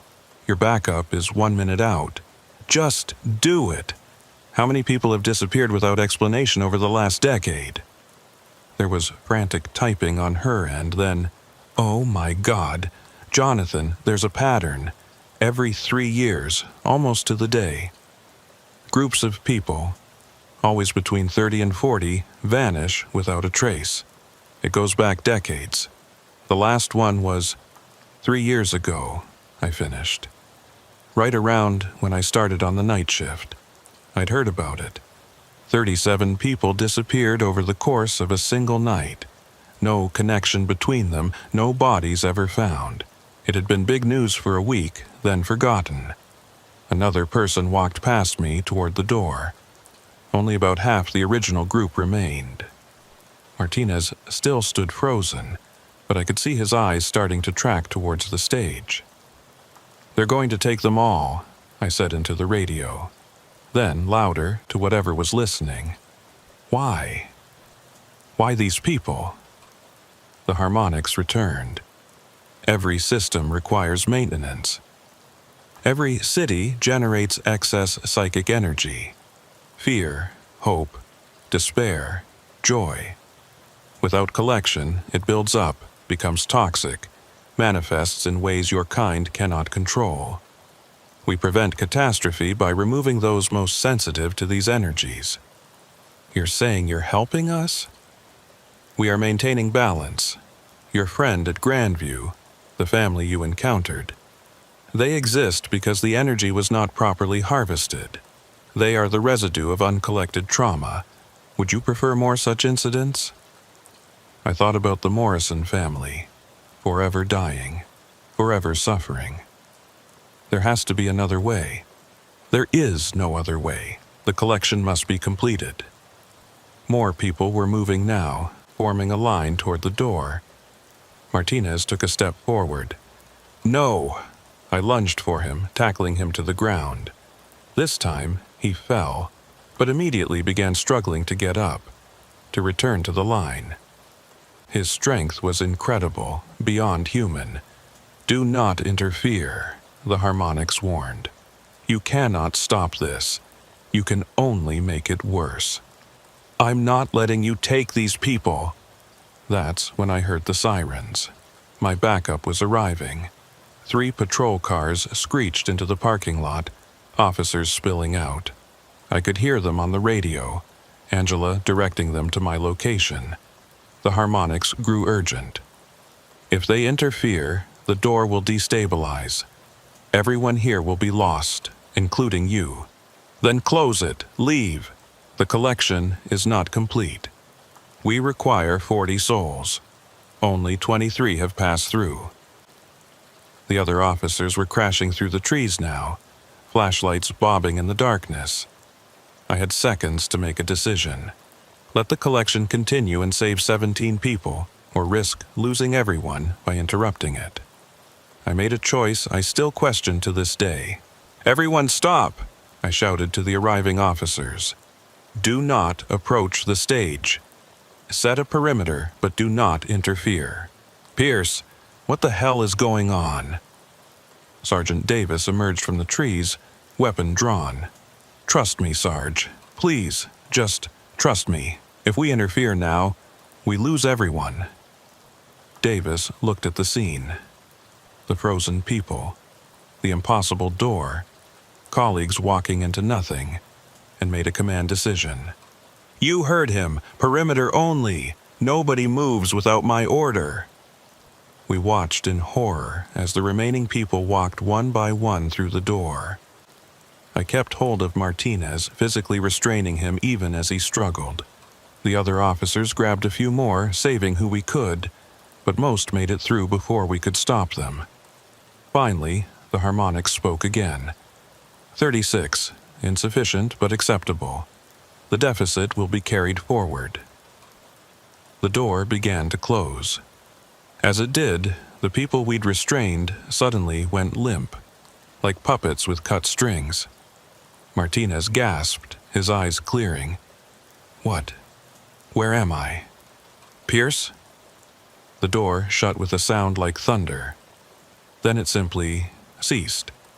One moment it was there, the next it was gone, leaving only empty air and the faint smell of ozone. The aftermath was chaos. 36 missing persons. No explanation. No bodies. No evidence except for 47 witnesses, the ones we'd saved, who all reported the same thing.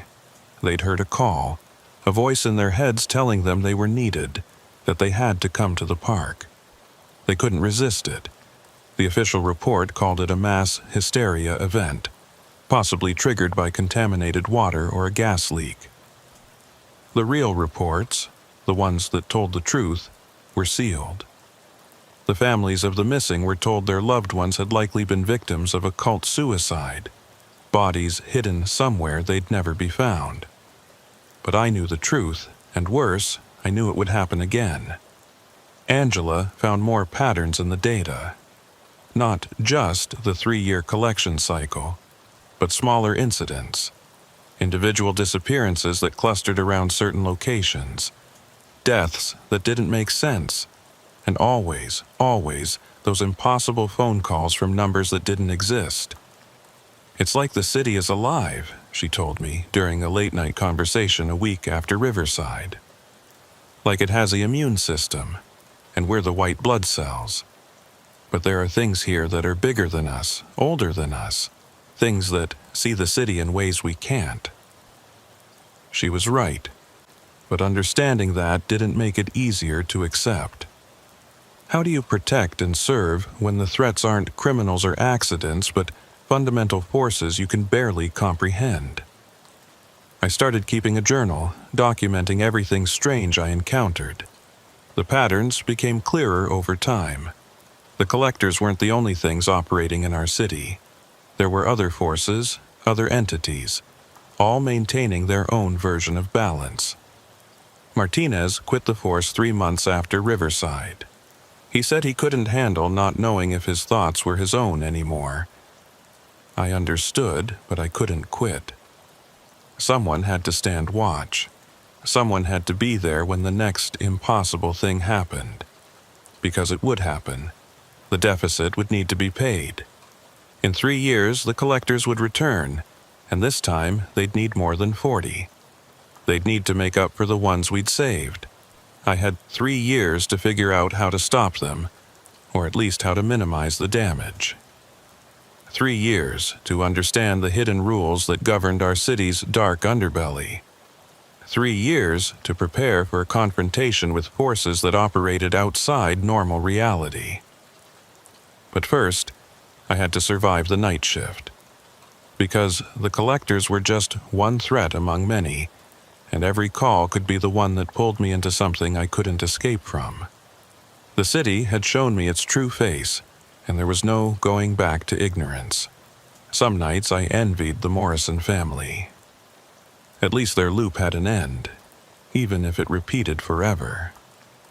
Those of us who'd seen behind the veil had to keep walking forward into an increasingly strange and dangerous world, knowing that every shift might be our last. Every call might be the one that collected us. But someone had to answer those calls. Someone had to stand between the normal world and the nightmare underneath. And until I found someone else who could handle the truth, that someone was me. 6 months after Riverside Park, I thought I'd mapped out most of the strangeness in our city. I had my journal full of patterns. Angela had her database of impossible calls, and between us we developed a system for identifying and responding to paranormal incidents. We were wrong to think we understood anything. It was a Thursday night in February, bitter cold with snow threatening. I was parked under an overpass watching for drunk drivers when Angela's voice cut through the static with barely controlled panic. All units. Officers down at the Brightwater subway station. Multiple officers reporting. They're saying the tunnel is wrong. Requesting immediate backup. Brightwater was an abandoned subway station on the Blue Line, closed since 1987 after a structural collapse killed 13 people. The city had sealed it, but urban explorers broke in regularly. We'd arrested dozens of them over the years. Unit 23 responding, I called in, already driving. Angela, what do you mean the tunnel is wrong? I don't know. Unit 15 and Unit 8 went in to clear out some trespassers. Now they're saying the tunnel goes somewhere it shouldn't. Jonathan, they sound terrified. I'd never heard Angela describe other officers as terrified. Angry, frustrated, confused, sure. But terrified? That was new. The entrance to Brightwater was in an industrial area, hidden behind a chain-link fence that had been cut and repaired so many times it was more patch than original. 3 patrol cars were already there, lights flashing, doors open. But no officers were visible. Dispatch, I'm on scene. No visual on Units 15, 8, or... I checked the car numbers. Looks like Unit 22 is here too. Unit 22 went in 5 minutes ago to assist. They're not responding now either. 3 units down. That meant 6 officers were somewhere in that abandoned station. I grabbed my gear, including extra flashlights and flares. Something told me I'd need all the light I could get. The fence had been cut again, recently. The opening was large enough to drive a car through. Beyond it, the old station entrance yawned like a mouth. Stairs descending into darkness. The official, danger. Keep out. Signs had been spray-painted over with symbols I didn't recognize. Not gang tags, something older looking, almost runic. I descended the stairs, my flashlight beam revealing the detritus of decades. Newspapers, bottles, rat droppings, but also fresh footprints, lots of them. More than 6 officers' worth. The platform was a time capsule from the 80s. Faded advertisements for long-dead businesses. A route map showing stations that no longer existed. Benches where countless commuters had waited for trains that stopped coming 40 years ago. "Hello?" I called out. "This is Officer Pierce. Can anyone hear me?" My voice echoed strangely. Not the sharp echo you'd expect from a concrete tunnel, but something softer, longer, like the space was much larger than it should be. I saw the lights first, flashlight beams in the tunnel to my left, moving erratically. I jogged toward them and found Officers Miller and Brooks from Unit 15, standing at the tunnel mouth, staring into the darkness. "Miller, Brooks, what's the situation?" They turned to look at me, and I saw naked fear in their eyes. Miller, a 20-year veteran who'd seen everything, was actually shaking.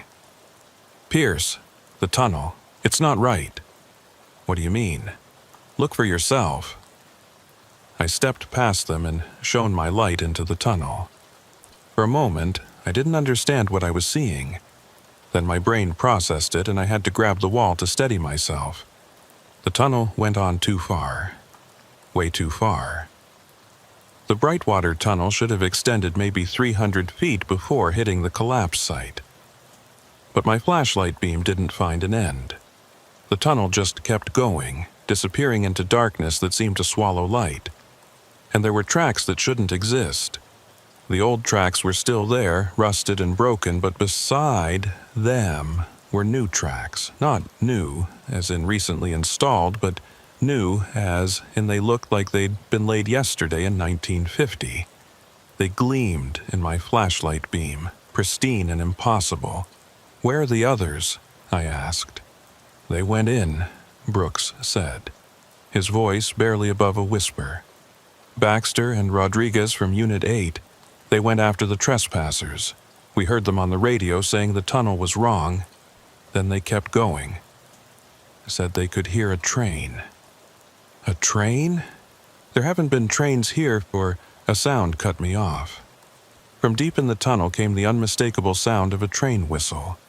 But it wasn't modern. It was a steam whistle. The kind that hadn't been used in the city since the 1960s. "Thompson and Jones went in after them," Miller continued. "That was 10 minutes ago. We can still hear them on the radio sometimes, but..." He held up his radio. Through the static I could hear voices, but they weren't speaking English. It sounded like dozens of languages all at once, overlapping, as if multiple conversations from different times were bleeding through. I made a decision. "You two stay here. I'm going in. If I'm not back in 15 minutes, seal this entrance and don't let anyone else in." "Pierce, that's suicide," Miller said. "Maybe, but we've got 4 officers in there." I entered the tunnel. The change was immediate. The air was different. Not stale like you'd expect in an abandoned tunnel, but fresh, with a strange metallic taste. My footsteps echoed wrong, sometimes sounding like they were on concrete, sometimes on wood, sometimes on something else entirely. About 100 feet in, I found the first impossibility. A side tunnel that absolutely should not exist. My flashlight revealed it extending perpendicular to the main tunnel, with different architecture. Older, brick instead of concrete, with gas lamp fixtures on the walls that were somehow still burning. I marked the entrance with spray paint and kept going. 200 feet. Another side tunnel, this one ultra-modern, with LED strips and pristine white walls. Through it, I could hear music. Jazz, but not from any era I recognized. 300 feet. This should have been the collapse site. Instead, the tunnel opened into a vast underground chamber, easily the size of a football field. Multiple tunnel mouths opened onto it from different levels, creating a 3-dimensional maze. Some tunnels looked ancient, carved from stone. Others were clearly from different decades of subway construction. One appeared to be made entirely of glass. And there were trains. Not dead. Abandoned trains. Moving trains. They emerged from tunnels, crossed the chamber on tracks that defied physics, some running along the walls, some suspended in midair, and disappeared into other tunnels. I saw steam engines from the 1800s. Subway cars from the 1970s. Sleek things that looked like they were from a science fiction movie. But the passengers. Every train was full of passengers, but they weren't right. Some were translucent, like ghosts. Others were too solid, like they were more real than reality. Some were clearly from different time periods. Victorian ladies sitting next to punk rockers sitting next to people in clothes I didn't recognize. Fashion that hadn't been invented yet. And in the center of it all, on a platform that shouldn't exist, were the 4 missing officers. They were standing in a circle, apparently arguing with someone I couldn't see. As I got closer, I could hear Thompson's voice. "We're not getting on any of your trains. We need to get back."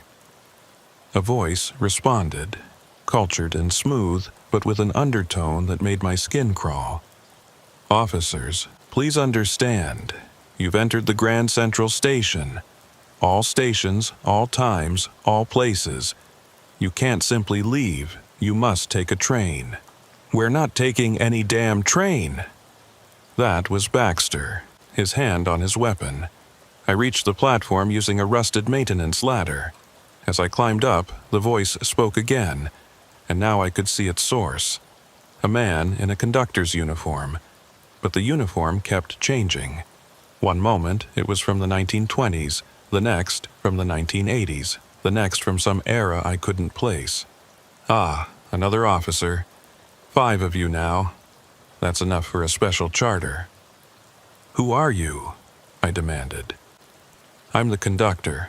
I've been the conductor since the first rail was laid, and I'll be the conductor until the last train stops. This is my station, Officer Pierce. He knew my name. Of course he did. This place shouldn't exist. Shouldn't it? Every city with a subway system has one. A place where all the tunnels meet, where all the trains that ever were and ever will be pass through. Most people never find it. But sometimes, when the boundaries wear thin, when someone digs where they shouldn't or opens a door that should stay closed, the trespassers, where are they? The conductor smiled, and his face shifted through different ages. Young, old, ancient, not quite human. They took a train, of course, the 11:15 to 1962. They wanted to explore abandoned places. Well, they'll get to explore a New York that won't exist for another 20 years from their perspective. If they're lucky, they'll find their way back in a decade or two of subjective time. Bring them back. I can't. They chose their train. That's the rule. Everyone who enters must choose a train. Even you. We're not choosing anything. We're leaving. You can't. Look. He pointed behind us. The tunnel we'd come through was gone. In its place was a solid brick wall with a faded poster advertising a circus from 1943. The other officers spun around, panic setting in.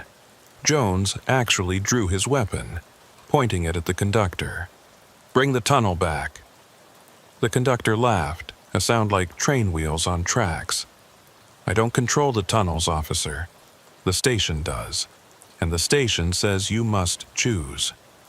There are trains to everywhere, every when. Past, future, parallel presence. Worlds where the subway never stopped running. Worlds where it was never built. Choose wisely. This is insane, Rodriguez said. Yes, the conductor agreed.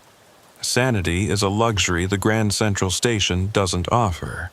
But I'll make you a deal, since you're public servants and all. There's one train that goes back to your present, your exact timeline, the 3:33 to today. But it only runs once, and it's leaving in... He checked a pocket watch that showed impossible time, with 13 hours and symbols instead of numbers. 7 minutes. Where? I asked. He pointed to a platform on the far side of the chamber, accessible only by a narrow walkway that passed over and under multiple track lines. Platform 13, naturally. We ran. The journey across that chamber was the longest 7 minutes of my life. We had to dodge trains that materialized out of nowhere, duck under bridges that shifted and changed, leap over gaps that opened in the walkway. All around us, the impossible trains thundered by, their passengers watching us with eyes that had seen too much or too little. 3 minutes in, Jones slipped. He would have fallen onto a track where a steam engine was bearing down, but Thompson grabbed him, pulling him back just as the train roared past.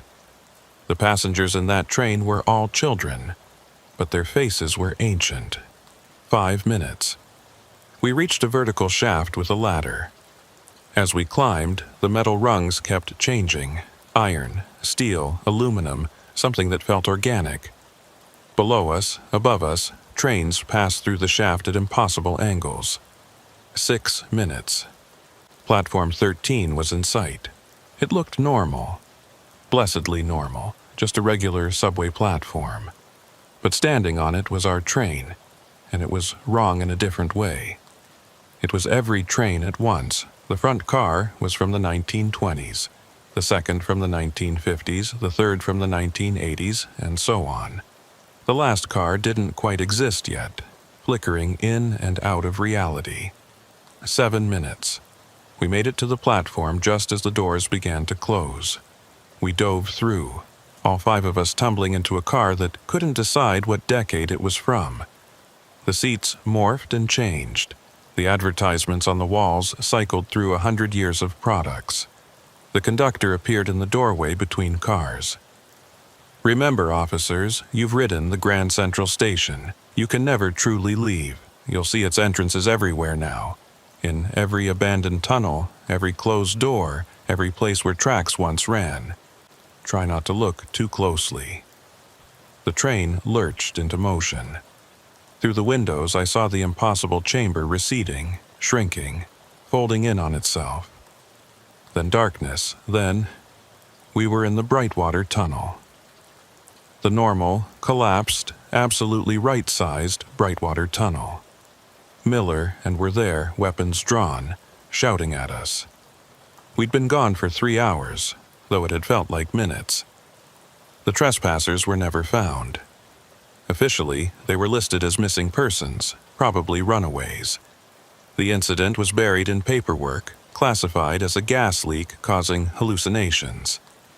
But all 5 of us who rode that train, we knew the truth, and the conductor was right. We see the entrances everywhere now, every abandoned station, every closed-off tunnel, every place where the city's transportation infrastructure touches the impossible. Sometimes I glimpse trains that shouldn't exist. Sometimes I hear that steam whistle in the distance. Thompson quit the force entirely, moved to a landlocked state with no subways. Jones transferred to day shift. Baxter and Rodriguez still work nights, but they refuse to go anywhere near train tracks. Me, I keep working, keep watching, because someone needs to know about these places. Someone needs to warn people away from the entrances to the Grand Central Station. And someone needs to be there when inevitably someone else finds their way in. Angela added a new protocol to dispatch. Any call involving abandoned subway infrastructure gets special attention. We've prevented 17 incidents in the last 6 months, turning explorers away before they could find the doors that should stay closed. But late at night, when the city is quiet, I can hear them. The ghost trains running through tunnels that don't exist, carrying passengers to destinations that never were. And sometimes, just sometimes, I hear the conductor's voice on the wind. All aboard. Everything I'd experienced, Grandview, Riverside Park, the Grand Central Station, had been preparing me for this night. The night when all the impossible things would converge, when I'd finally understand why I'd been witnessing these events, why certain officers could see through the veil while others remained blissfully ignorant. It was December 21st, the winter solstice, though I didn't realize the significance of that until later. I was 2 hours into my shift when Angela's voice came through the radio, but something was different. She sounded distant, hollow. Unit 23, respond to... She paused, and I heard papers rustling. I don't have an address, that's odd. The system says there's a call, but no location. Angela, you okay? The phone's ringing, but we already answered it. Jonathan, all the phones are ringing, every line all at once. I could hear it in the background. A cacophony of ringtones growing louder.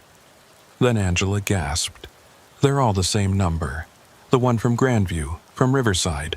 Jonathan, it's calling from inside the dispatch center. My blood went cold.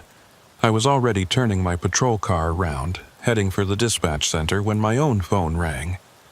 I shouldn't have answered it while driving, but I knew, somehow I just knew, that this call was meant for me. Officer Pierce. The voice was familiar, but wrong, like multiple people I knew speaking in unison. It's time you understood. Who is this? We are everyone who's ever disappeared. Everyone who's walked through doors that shouldn't exist. Everyone who's answered calls that couldn't be real. We are the collected, the transported, the transformed, and tonight, the barriers collapse. The line went dead. My radio burst to life with multiple voices, every officer on night shift, all reporting the same thing. They were getting calls directing them to different locations across the city. Each location was one I recognized from my journal, sites of previous incidents, places where reality was thin. All units do not respond to those locations, I shouted into the radio. This is Unit 23. Those calls are not legitimate. Do not, but I could already hear the confirmations. Units were responding, drawn by some compulsion they couldn't resist. Just like the people at Riverside Park, just like Martinez at the amphitheater. I reached the dispatch center, a nondescript building in the government district. The lights were all on, but they were wrong. Too bright, pulsing in a rhythm like a heartbeat. Through the windows, I could see Angela and the other dispatchers at their stations, but they weren't moving. They were frozen, hands on keyboards, headsets on, staring at screens that showed impossible things. I burst through the door and immediately felt it. That same mental pull I'd experienced at Riverside, but stronger.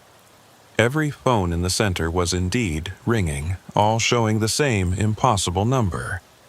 And on every computer screen was a map of the city, but not the city as it existed. This showed all the hidden places, all the impossible spaces. The Grand Central Station sprawled beneath downtown like a cancer. Doors that shouldn't exist dotted every neighborhood. And at the center of it all, pulsing like a heart, was Grandview Apartments. But Grandview had been demolished. I'd watched them tear it down. Angela turned to look at me, and her eyes were solid black. When she spoke, it was in that same collective voice. The building was just matter. What happened there, what the Morrison family became, that was the seed. Tonight it blooms. Angela, fight it. She can't hear you. None of them can.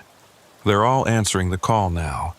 Every sensitive, every person who's glimpsed the truth, every officer who's responded to an impossible incident. The city is collecting itself. I backed toward the door, but it slammed shut. The locks engaged with a definitive click. You're the last one, Pierce. The one who's seen it all but never been taken. You're the witness. You need to see what happens next. The screens changed, showing feeds from across the city. I watched in horror as patrol cars converged on locations that shouldn't exist. Officers walked into buildings that had been demolished, descended into tunnels that had been sealed, entered doors that opened onto nothing. Why? I asked. What's the point of all this? Every city is alive, Pierce. It has a consciousness, built from the collective experiences of everyone who's ever lived there. But sometimes that consciousness gets sick. Traumatic events, mass suffering, repeated patterns of pain. They create infections. The Morrison family, burning forever. The collectors, harvesting psychic energy. The Grand Central Station, where all possibilities converge. The screens shifted again, showing me something impossible. The city from above, but not just the physical city. I could see layers of reality stacked on top of each other. The city as it was in the 1920s, the 1950s, the 1980s, all existing simultaneously. And in between those layers, dark spaces where things that shouldn't exist had taken root. Tonight, we cure the infection. We collect all the fragments, all the corrupted pieces, all the people who've been touched by the impossibility. We concentrate them in one place and burn them out. You're going to kill them? No. We're going to transform them, make them part of the city's immune system instead of victims of its disease. They'll become like us, Watchers, guardians, maintaining the barriers between what is and what shouldn't be. I thought about all the officers responding to those calls, drawn by a compulsion they couldn't resist. Good people who just wanted to help, now being pulled into something beyond their understanding. There has to be another way. This is the other way. The Morrison family showed us what happens when trauma isn't processed. They're stuck in an eternal loop of suffering. The collectors showed us what happens when the city's psychic energy isn't managed. It builds up until it attracts predators from outside reality. The Grand Central Station showed us what happens when boundaries break down completely. Every train, every timeline, every possibility bleeding into each other. The room began to change. The walls became translucent, and I could see through them to other versions of the dispatch center. In one, it was still the 1960s, operators plugging cables into switchboards. In another, it was some future version with technology I didn't recognize. All of them overlapping, existing in the same space. Choose, Pierce. Join us willingly, become part of the solution, or resist and become another problem to be solved. I thought about my options. I could fight, probably die, certainly fail to save anyone. Or I could accept, become part of whatever this collective consciousness was, maybe have some influence over what happened next. But then I remembered something the conductor had said. Everyone who enters must choose a train. This was just another train, another choice being forced on me. And I'd learned something important from all these encounters. The impossible things had rules. They had to have rules, or they couldn't exist in our reality at all. You need consent, I said. That's why the calls, the compulsion. You can influence but not force. People have to choose to answer, choose to walk through the doors, choose to get on the trains. The collective voice was silent for a moment, then, yes. Then I choose neither. I don't join you, and I don't resist. I witness. That's what you said I was, right? The witness? The room flickered. Angela blinked, and for a moment her eyes were normal. She mouthed one word, run. I didn't need to be told twice. I threw my shoulder into the door, and this time it gave way. I burst out into the night to find the city transformed. The sky was wrong. Instead of darkness, it showed all times at once. Noon sun and midnight stars, dawn and dusk bleeding into each other. Buildings phased in and out of existence, showing their past and future states. Streets that had been rerouted decades ago suddenly existed alongside their modern counterparts. And everywhere, people were walking. Not just officers, civilians too. All moving in the same direction, toward downtown, toward where Grandview had stood. I got in my patrol car and drove against the flow of sleepwalkers. The radio was chaos. Automated emergency broadcasts, fragments of dispatches from different decades. Voices I recognized calling for help from times that had already passed or hadn't happened yet. I reached the site of the old Grandview apartments and found exactly what I'd feared. The building was there, but not there. It existed in a state of superposition, simultaneously new, aged, burning, demolished, rebuilt. And at its heart, on the third floor, I could see the Morrison family. But they weren't alone. Every traumatic event that had ever happened in the building was occurring at once. All the pain and fear and death creating a vortex of suffering that was pulling in everyone who'd been touched by the city's impossibilities. Officers were walking into the building and not coming out. Each one who entered made the vortex stronger, the building more real. Soon it would solidify, become a permanent wound in reality, a place where all the city's trauma would be concentrated. I had to stop it. But how do you stop something that exists outside normal causality? Then I remembered Dr. Morrison from Cypress Street. She'd said something about the city developing antibodies. What if that's what I was? Not someone meant to join the collective, but someone meant to resist it. I grabbed my radio, switching to all channels. "This is Officer Pierce. If anyone can hear me, if anyone is still themselves, don't go into the building. The calls aren't real. The compulsion isn't you. Fight it." Static, then one voice. Angela, somehow breaking through. "Jonathan, the phone number. It's not calling us. We're calling it." Of course. The impossible number wasn't reaching out. We were reaching in, our collective trauma and fear creating a feedback loop that manifested as these calls. The city wasn't sick. We were making it sick. I ran toward the building, but not to enter it. Instead, I went to every officer I could find, physically restraining them, breaking their walking trance. Some snapped out of it immediately. Others fought me. But each one I saved weakened the pull. "Help me!" I shouted to the ones who'd awakened. "We need to stop people from entering." It became a battle.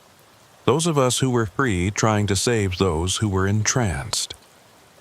The building flickered more violently, struggling to maintain its existence. The Morrison family appeared at the window, but now I understood. They weren't trapped. They were the trap, the bait that drew in suffering souls. Then Martinez appeared. I hadn't seen him since he'd quit after Riverside. He was in civilian clothes, but his eyes were clear. "Pierce, the pattern's breaking. Whatever you're doing, it's working." More people were snapping out of it. The collective's hold was weakening. The building began to fade, becoming translucent. Through it, I could see the empty lot where it had been demolished, reality reasserting itself. But the collective voice boomed from everywhere at once. "You don't understand what you're doing.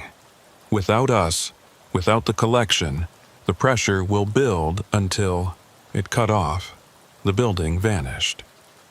Everyone who'd been entranced suddenly collapsed, unconscious but breathing. The sky returned to normal. The impossible phone calls stopped. In the silence that followed, I heard sirens. Real sirens from real emergency vehicles responding to a real crisis. Within minutes, the area was flooded with ambulances, fire trucks, legitimate police units. The official story was a gas leak causing mass hallucinations. The unconscious were treated and released, most with no memory of the event.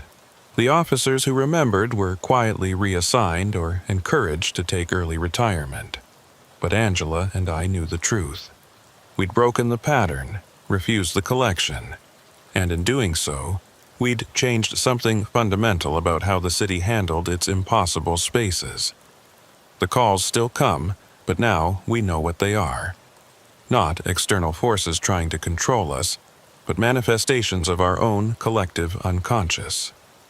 The Grand Central Station still exists, but the conductor no longer insists everyone must choose a train. The collectors haven't returned, the 3-year cycle broken. Some nights are stranger than others. We still get reports of impossible things, places that shouldn't exist, people seeing what can't be real. But now we handle them differently. Instead of responding with fear, we respond with understanding. Instead of being collected by the impossibility, we collect ourselves. Angela created a new protocol. When the impossible calls come, we don't answer them. We let them ring out, let the trauma dissipate instead of feeding it with our attention. It's not perfect. Sometimes real emergencies get missed. But it's better than the alternative. I still work the night shift, still patrol the thin spaces between real and unreal. But now I'm not just a witness. I'm a guardian, standing watch not against the impossible, but alongside it. Because the impossible isn't the enemy. It's just another part of the city, as real as the streets and buildings and people. The Morrison family is finally at rest. The last time I drove by the empty lot where Grandview stood, I saw them, not trapped in their burning loop, but standing peacefully, watching the sunrise they'd never gotten to see. They waved at me before fading away for the last time. Martinez came back to the force. He works day shift, but sometimes we meet for coffee at dawn, trading stories about the things we've seen. He says the city feels different now, lighter somehow. I agree. The truth is, every city is haunted. Every place where humans gather and live and die becomes a repository of their experiences. Most people never see it, never feel the weight of accumulated history pressing down on the present. But some of us do. Some of us answer the midnight calls and walk the impossible streets and stand guard at the doors that shouldn't exist. We're the night shift. We keep watch in the dark hours when reality wears thin. Not to fight the darkness, but to understand it, to keep it in balance with the light. Because a city without shadows isn't a city at all. It's just a collection of buildings pretending to be alive. And our city is very much alive. It breathes, it dreams, it remembers. And sometimes on the coldest, darkest nights, it calls out for help. When it does, we answer, not because we have to, but because someone needs to. The phone is ringing now, that impossible number flashing on the screen. Angela looks at me, questioning. I shake my head, let it ring. Some calls aren't meant to be answered. They're meant to remind us that we're still here, still watching, still choosing to stand between the normal and the impossible. When the call came in, it was 11:50 p.m. on an October night. I had been training Patrick O'Neill for 3 weeks. I was showing him my experiences and the finer points of night patrols in the rural areas outside the city, where farmland and forests meet. The kid was inexperienced, but I could see the enthusiasm in his eyes. He was fresh out of the academy and possessed that endless energy and high self-confidence combination unique to rookies. Unit 17, we've got a report of an abandoned vehicle on the old Garrett Bridge. Dispatch crackled through our radio. Caller says it's been there for at least 2 hours. Hazard lights on, no driver visible. I picked up the radio while Patrick navigated our patrol car down the dark country road. Copy that, dispatch. We're about 15 minutes out. Any missing vehicle reports matching the description? Negative, Unit 17. Caller described it as a white panel van, commercial type. No plates visible from their vantage point. Patrick glanced at me as he drove. The Garrett Bridge? Isn't that the one that's been closed for repairs? Supposed to be, I said, watching the darkness outside roll by. Been closed for 6 months now. Only locals know you can still cross it if you move the barriers. I'd been a cop for 18 years, 12 of those on night shift. You develop instincts about calls, a sixth sense for when something's going to be more than it appears. This felt like one of those times. An abandoned vehicle on a closed bridge in the middle of nowhere, discovered by someone who shouldn't have been there either. It had all the markings of trouble. The Garrett Bridge had been built in the 1950s, a 2-lane steel truss bridge spanning the Blackwater River about 20 miles outside the city limits. The state had been planning to demolish and replace it for years, but budget issues kept pushing the project back. In the meantime, they'd officially closed it for safety reasons, though the structure was still sound enough for light traffic. As we approached the bridge, our headlights swept across the orange and white barriers that were supposed to block access. They'd been moved aside, just enough for a vehicle to squeeze through. Beyond them, barely visible in the darkness, was the white van. "There it is," Patrick said, slowing our patrol car to a stop about 50 feet from the vehicle. The van was parked at an odd angle. Front wheels turned sharply to the left as if the driver had stopped suddenly. The hazard lights were indeed flashing, creating an eerie strobe effect in the darkness. No other vehicles were visible, and the silence was complete except for the distant sound of the river below. "Run the plates," I told Patrick as I stepped out of our car. I approached the van slowly, hand resting on my weapon, flashlight beam sweeping the vehicle. The driver's door was open about 6 inches, interior light off. As I got closer, I could see dark stains on the door handle and running down the side of the van. "Stephen?" Patrick called from our car, his voice tight. "Plates come back to a rental company. Rented 3 days ago to a Michael Harrison, address in the city. Call it in, request backup, and run Harrison's name." I reached the van and used my flashlight to push the door fully open. The smell hit me immediately. Copper and iron. Blood. A lot of it. The driver's seat was soaked, and there were arterial spray patterns on the windshield. But no body. "Jesus," Patrick said, appearing beside me. He'd forgotten protocol, left the patrol car without me clearing the scene first. But I couldn't blame him. The amount of blood was shocking. "This is fresh," I said, touching the edge of a blood pool with my gloved finger. "Maybe 2-3 hours old. Where's the driver?" I swept my flashlight around the bridge. Blood drops led from the van toward the railing on the east side. We followed them, and that's when we found the first piece of evidence that this was more than just an accident or suicide. Scattered on the ground near the railing were various items: a wallet, a cell phone with a cracked screen, a set of keys, and what looked like small plastic bags with white residue. Drug paraphernalia. "Shit," Patrick muttered. "Drug deal gone bad? Maybe." But something felt off. The blood trail didn't go over the railing. It went along it toward the north end of the bridge. And there were other marks in the blood. Drag marks like something heavy had been pulled through it. "Patrick, go back to the car. Call for K9 units and crime scene techs. And keep your eyes open. Whoever did this might still be around." He jogged back to our patrol car while I continued following the blood trail. It led me to a maintenance access door built into the bridge's structure. The door was slightly ajar, more blood smeared on its handle. I should have waited for backup. That would have been the smart play. But there was so much blood, and if someone was still alive in there, minutes could matter. I pushed the door open with my flashlight and peered inside. The maintenance corridor was narrow, barely wide enough for 2 people to pass. Metal grating formed the floor, and through it I could hear the river rushing below. The blood trail continued into the darkness, and there were other stains on the walls. Handprints, like someone had been trying to steady themselves or pull themselves along. I entered the corridor, my flashlight beam cutting through the darkness. About 20 feet in, I found more scattered items.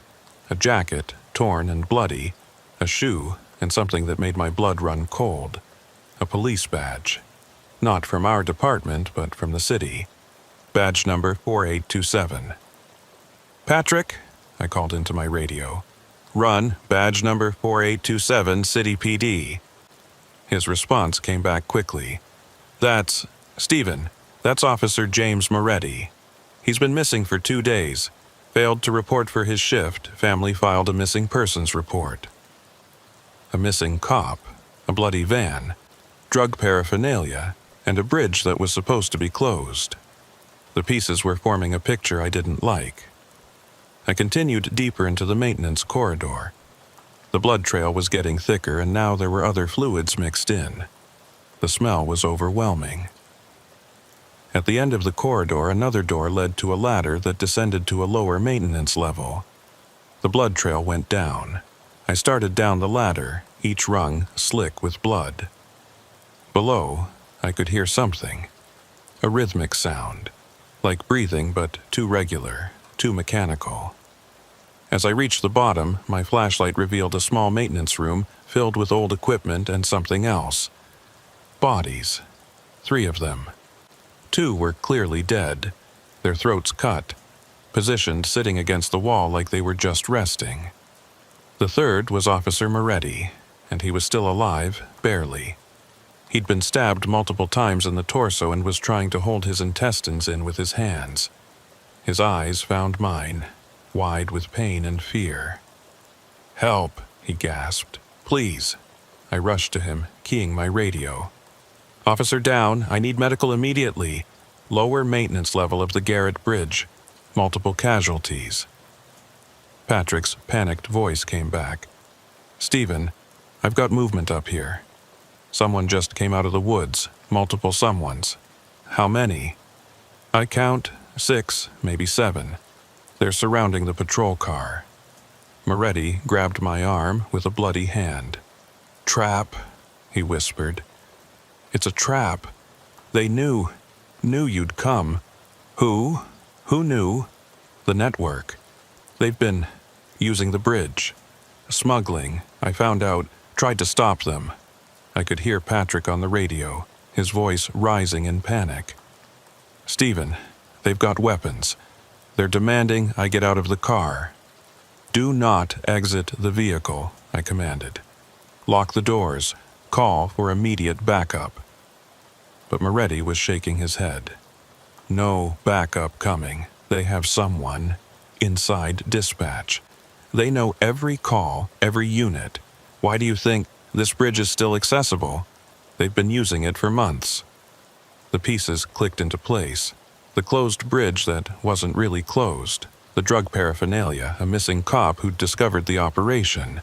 And now we'd walked right into their cleanup operation. "Patrick, get out of there now. Drive back to..." The radio exploded with the sound of breaking glass and Patrick screaming. Then silence. I looked at Moretti. He was fading fast, his breathing shallow. "Go," he whispered. "Can't save me. Save your partner." I didn't want to leave him, but he was right.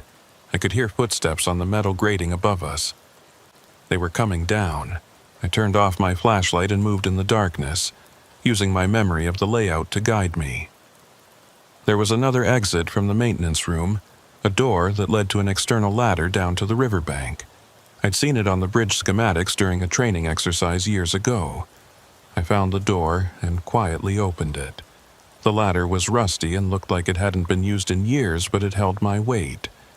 I descended as quickly and quietly as I could, hearing voices above me now, someone discovering Moretti. At the bottom, I was on a narrow concrete ledge just above the waterline. The river was high from recent rains, moving fast. I could either try to swim across or follow the ledge along the bridge supports.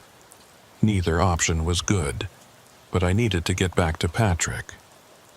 I chose the ledge, moving carefully in the darkness. Above, I could hear shouting, flashlight beams sweeping the water. They'd realized I'd escaped.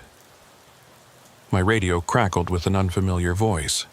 "Officer Foster, we know you're listening. Your partner is alive, for now. Come back up, and we can discuss this like civilized people." I didn't respond, keep them guessing about my location. The ledge led me to one of the massive concrete pillars that supported the bridge. Built into it was another maintenance access, this one leading up through the pillar itself. I entered and began climbing the internal ladder, my legs burning with the effort. I emerged on the bridge deck about 100 feet from where we'd parked. In the distance, I could see our patrol car surrounded by figures. The windows were smashed, and Patrick was on the ground beside it, not moving. But I could see his chest rising and falling. Still alive. I needed a plan. 7 armed suspects, 1 injured partner, and me with just my service weapon and no backup coming. The smart move was to retreat, get to somewhere with cell signal, call in the cavalry. But that would mean leaving Patrick, and these people had already killed at least 2 people, probably 3 if Moretti didn't make it. Then I remembered something, the van. If it was a rental, it might have GPS tracking. And if these guys were using it for drug transport, there might be evidence inside that could help identify them. I circled back to the van, approaching from the blind side. The vehicle was empty, but in the back, I found what I was looking for. Packages of what looked like heroin, scales, and a ledger with dates, amounts, and initials. But more importantly, I found a burner phone that was still powered on. I scrolled through the recent calls. One number appeared repeatedly, including a call from just an hour ago. I dialed it. A voice answered immediately. "Is it done?" I stayed silent. "Harrison, is the cop situation handled?" Harrison, the name the van was rented under. I hung up and dialed 911, not our dispatch but the State Police emergency line. State Police emergency. This is Officer Stephen Foster, badge 11847, requesting immediate assistance at the Garrett Bridge. Multiple officers down, at least 7 armed suspects. Do not route through local dispatch, it's compromised. Understood, Officer Foster. Units responding. ETA 12 minutes. 12 minutes. I needed to keep Patrick alive for 12 minutes. I pocketed the phone and ledger, then grabbed one of the packages of heroin. An idea was forming. Dangerous, possibly stupid, but it might buy us time. I made my way back toward the group surrounding Patrick, but instead of approaching directly, I climbed onto one of the bridge's steel trusses. From there, I could see them clearly. 7 men, all armed, 2 standing over Patrick while the others swept the area with flashlights. I threw the heroin package as far as I could in the opposite direction from where I was hiding. It hit the bridge deck with a distinctive thud. "What was that?" one of them shouted. "Check it out," another ordered. 3 of them moved toward the sound. I threw another package, this time closer to the bridge's edge. Shit, that's the product. The cop must be throwing it in the river. That got all their attention. They scattered, searching for the supposed drugs being destroyed. In the confusion, I dropped down from the truss and sprinted to Patrick. He was conscious but badly beaten, his face swollen, blood running from a gash on his forehead. "Stephen," he mumbled through split lips, "I'm getting you out of here." I half carried, half dragged him toward our patrol car. The keys were still in it, engine running. I got him into the passenger seat and was climbing into the driver's side when one of the suspects spotted us. "They're at the car!" Gunfire erupted. The rear window exploded, showering us with glass. I started the car and floored it, tires screaming as we accelerated toward the bridge's exit. More gunfire. The side mirror disappeared. A tire blew out, but I kept driving, the car lurching and sparking as the rim hit the pavement. We made it off the bridge just as I heard the beautiful sound of sirens. Multiple sirens, coming fast. I pulled over, throwing the car into park, and covered Patrick with my body as the state police unit screamed past us toward the bridge. The radio crackled to life. Our dispatch, sounding panicked. All units, reports of shots fired at the Garrett Bridge. Units responding. Too late, the state police were already there. Within minutes, the night was filled with helicopters, searchlights, and the sounds of a massive police operation. Patrick and I were loaded into ambulances, and as they drove us away, I could see officers in tactical gear swarming the bridge. The aftermath was messy. 5 of the 7 suspects were arrested at the scene. 2 escaped but were caught within days. The investigation revealed a drug smuggling operation that had been using the closed bridge as a transfer point for months, paying off a dispatcher and 2 other officers to ensure no patrols came near it during their operations. Officer Moretti survived, barely. 6 months of recovery and physical therapy, but he made it. He'd stumbled onto the operation during an off-duty fishing trip and had been investigating on his own, not knowing who in the department he could trust. The dispatcher, a 10-year veteran named Lisa Conway, had been feeding information to the smugglers for 2 years. She'd routed patrols away from the bridge, deleted reports of suspicious activity, and warned them whenever an operation was planned in the area. She got 25 years.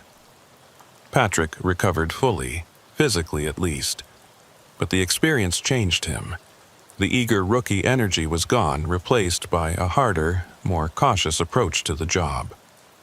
He transferred to day shift 6 months later, said he'd had enough of what lurked in the darkness. Me? I stayed on nights. Someone has to. The Garrett Bridge was finally demolished last year. They built a new one, modern and well lit with cameras covering every angle. But sometimes when I drive past the spot where the old bridge stood, I remember that night. The blood, the darkness, the moment when I thought I'd lost my partner. I learned something important that night. The real danger isn't always what's in front of you. Sometimes it's the system itself, corrupted from within, using your trust against you. We'd responded to what seemed like a routine abandoned vehicle call, following procedure, trusting our dispatch, and walked right into a trap that had been months in the making. Now I verify everything. Every call, every piece of information, every assumption. Trust, but verify, especially on the night shift, where the darkness hides more than just crime. It hides betrayal, corruption, and the lengths people will go to for money. Patrick called me last week. He's a detective now, working white-collar crime. Safe, clean, far from bridges and blood. He thanked me for saving his life that night, but I told him the truth. We saved each other. That's what partners do. The drug network was dismantled. Millions in heroin seized, dozens arrested. The newspapers called it a major victory, but I know better. Cut off one route, and they'll find another. There's always another bridge, another closed road, another dispatcher willing to look the other way for the right price. That's why I stay on the night shift. Someone needs to watch the dark places, the closed bridges, the spots where the city's circulatory system can become infected. Someone needs to be there when the next call comes in that sounds routine but feels wrong.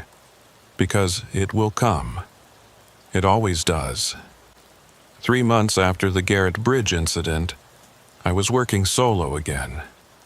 Patrick's replacement had lasted exactly 2 weeks before requesting a transfer.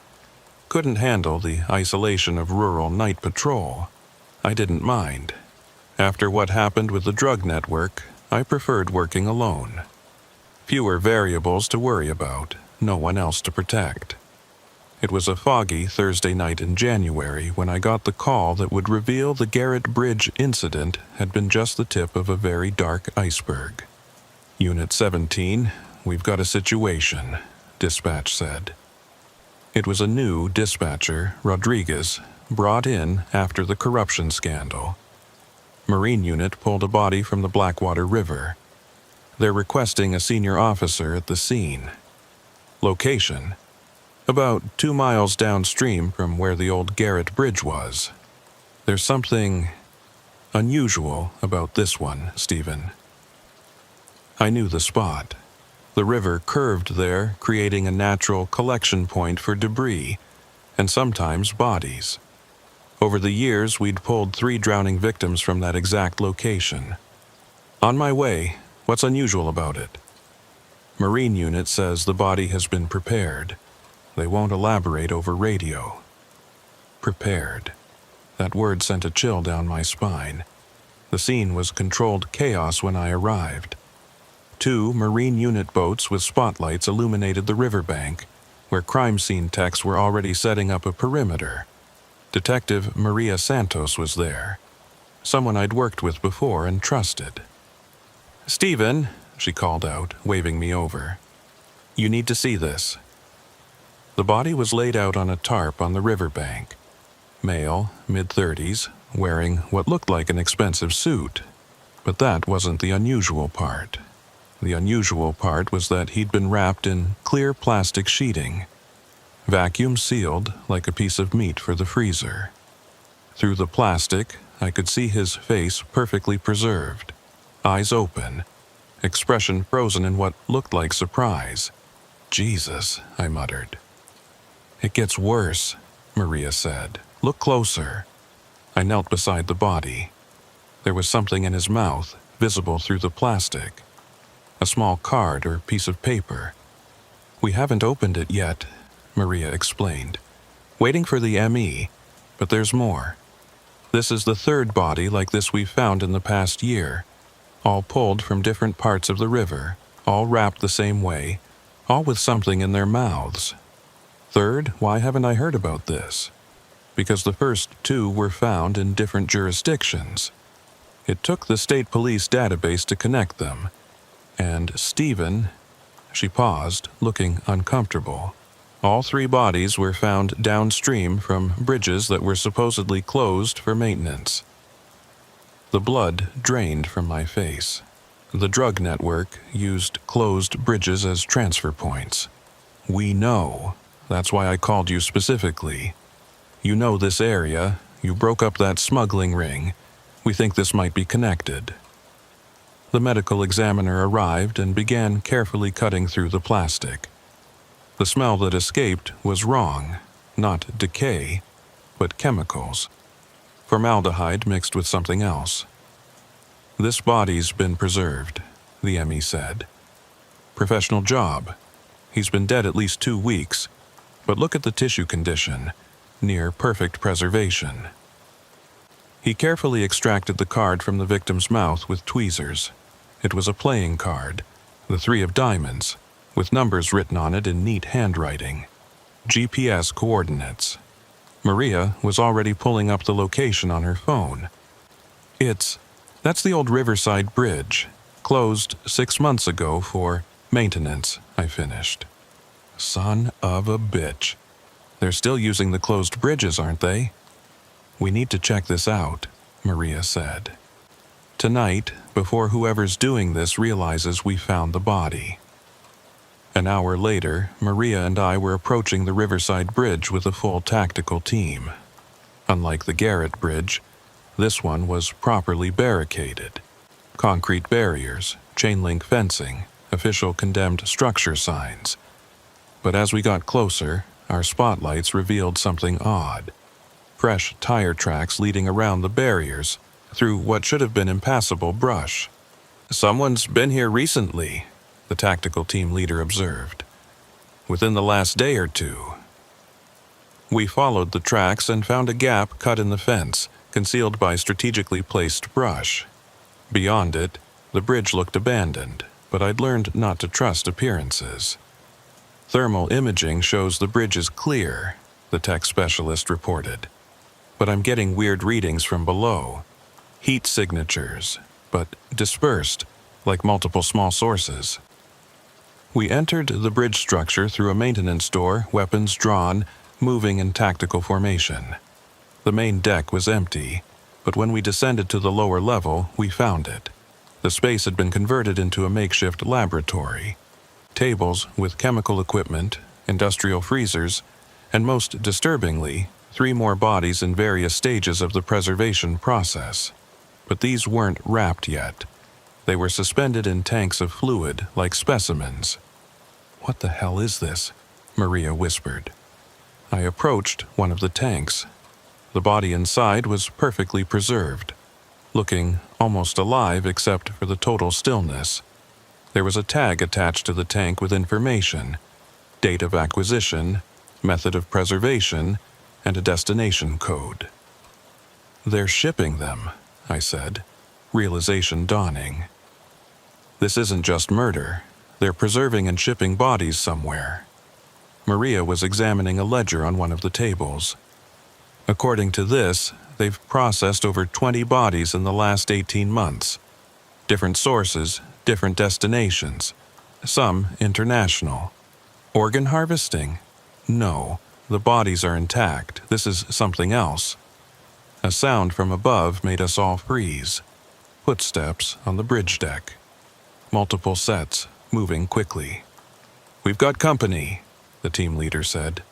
4, maybe 5 individuals approaching from the north side. "Could be workers coming to check on their operation," I suggested.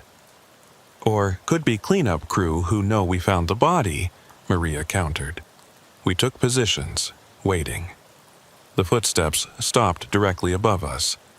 Then we heard voices, muffled but audible. Said the body surfaced, We need to clear everything tonight. What about the 3 in processing? Destroy them. Burn it all. We'll relocate to Site C. Maria looked at me. Site C. There was another location. The tactical team leader made the call. We move now before they can destroy evidence. We burst from concealment, officers flooding both ends of the bridge. The suspects, 4 men in dark clothing, tried to run, but were quickly surrounded. One managed to throw something over the bridge railing before being tackled. I saw it fall, a cell phone, probably with crucial data. I need a Marine unit, I called into my radio. Item thrown in the water, north side of Riverside Bridge. While the suspects were arrested and the scene secured, I studied the preservation setup more closely. This wasn't amateur work.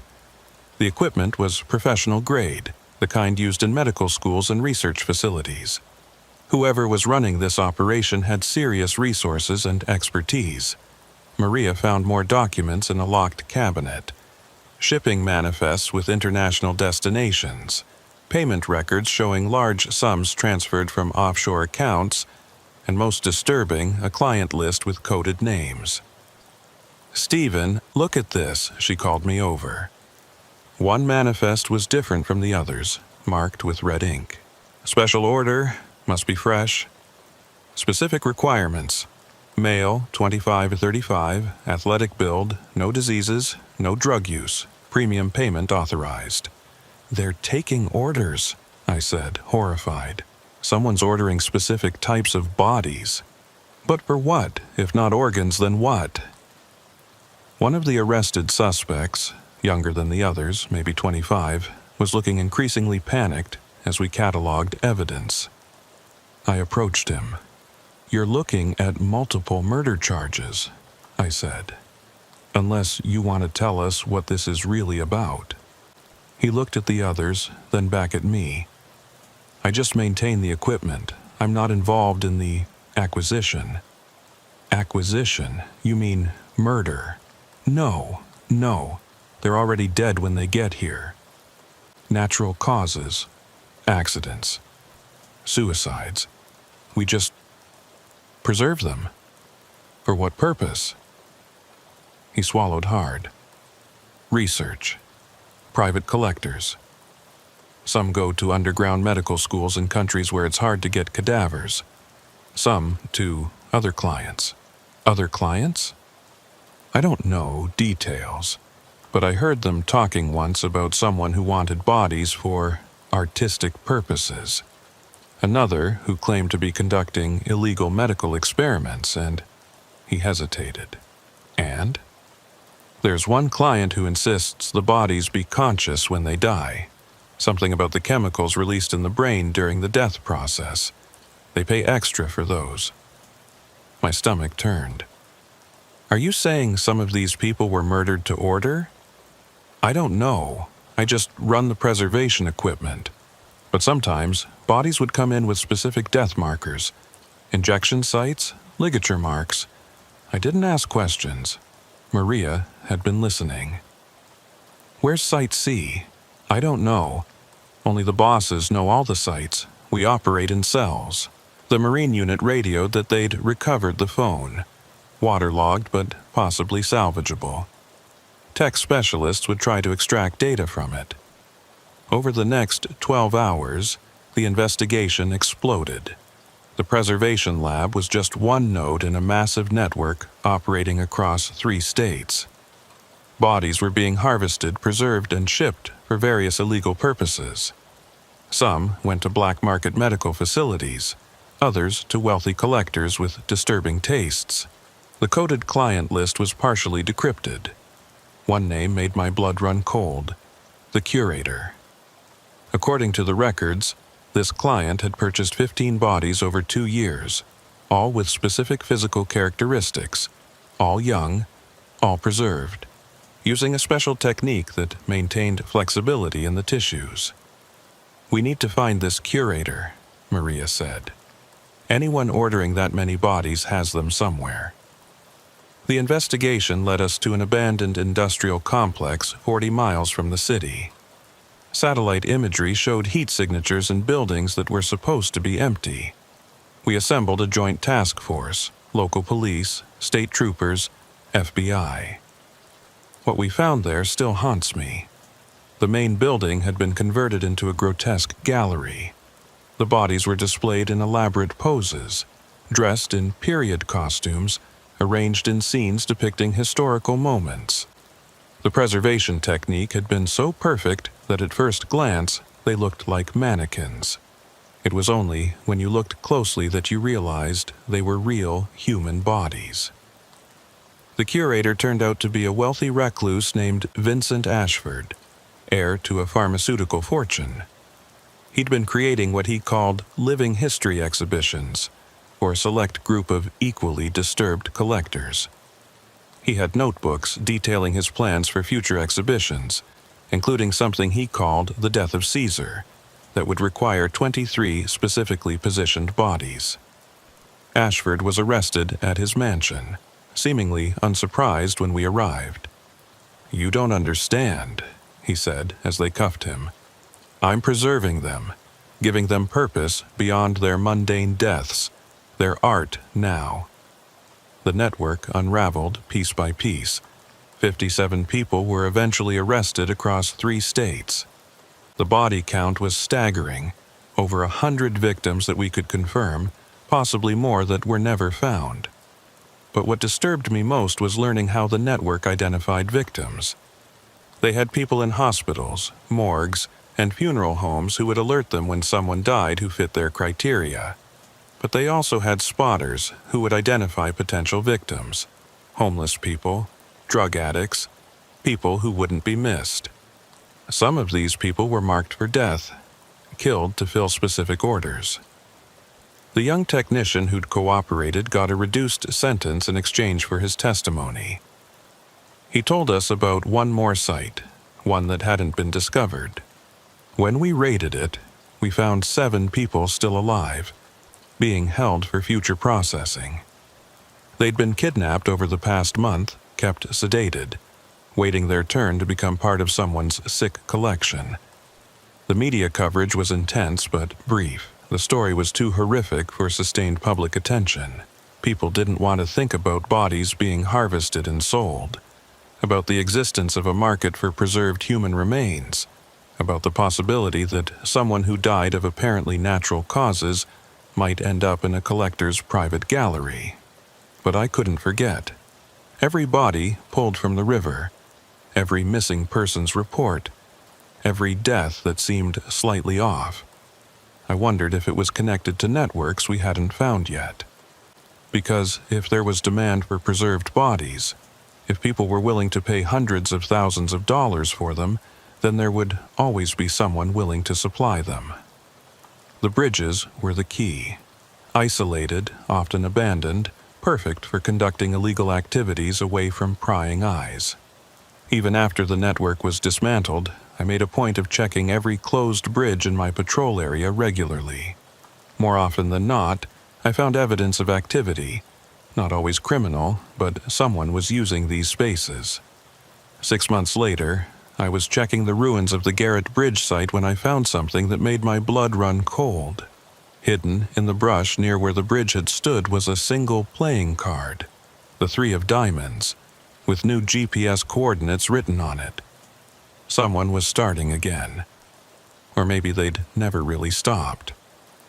The GPS coordinates led me to the Millbrook Bridge, 27 miles north of the city in an area so rural that cell service was non-existent. The bridge had been closed for repairs for 3 months, but I'd learned that meant nothing. If anything, the closed bridges had become beacons for criminal activity, like lighthouses calling to ships in the darkness. I didn't go alone this time. After finding the playing card, I'd contacted Maria Santos directly, bypassing official channels.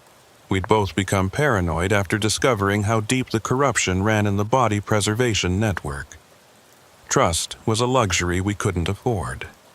Another bridge, another nightmare. Maria said as we drove through the darkness in her unmarked car. We'd left our official vehicles behind, not wanting to announce our arrival. You know what bothers me most about this? What's that? The bridges were always the key, even before the drug network, before the body ring. How long have criminals been using these abandoned crossings? How much have we missed? It was 2 a.m. when we reached Millbrook Bridge. Unlike Garrett or Riverside, this one was older, built in the 1930s with Art Deco styling that had once been beautiful, but now looked gothic in the foggy darkness. We parked a quarter-mile away and approached on foot. The bridge appeared deserted, but we'd learned not to trust appearances. We moved carefully, using night vision equipment Maria had borrowed from the evidence locker.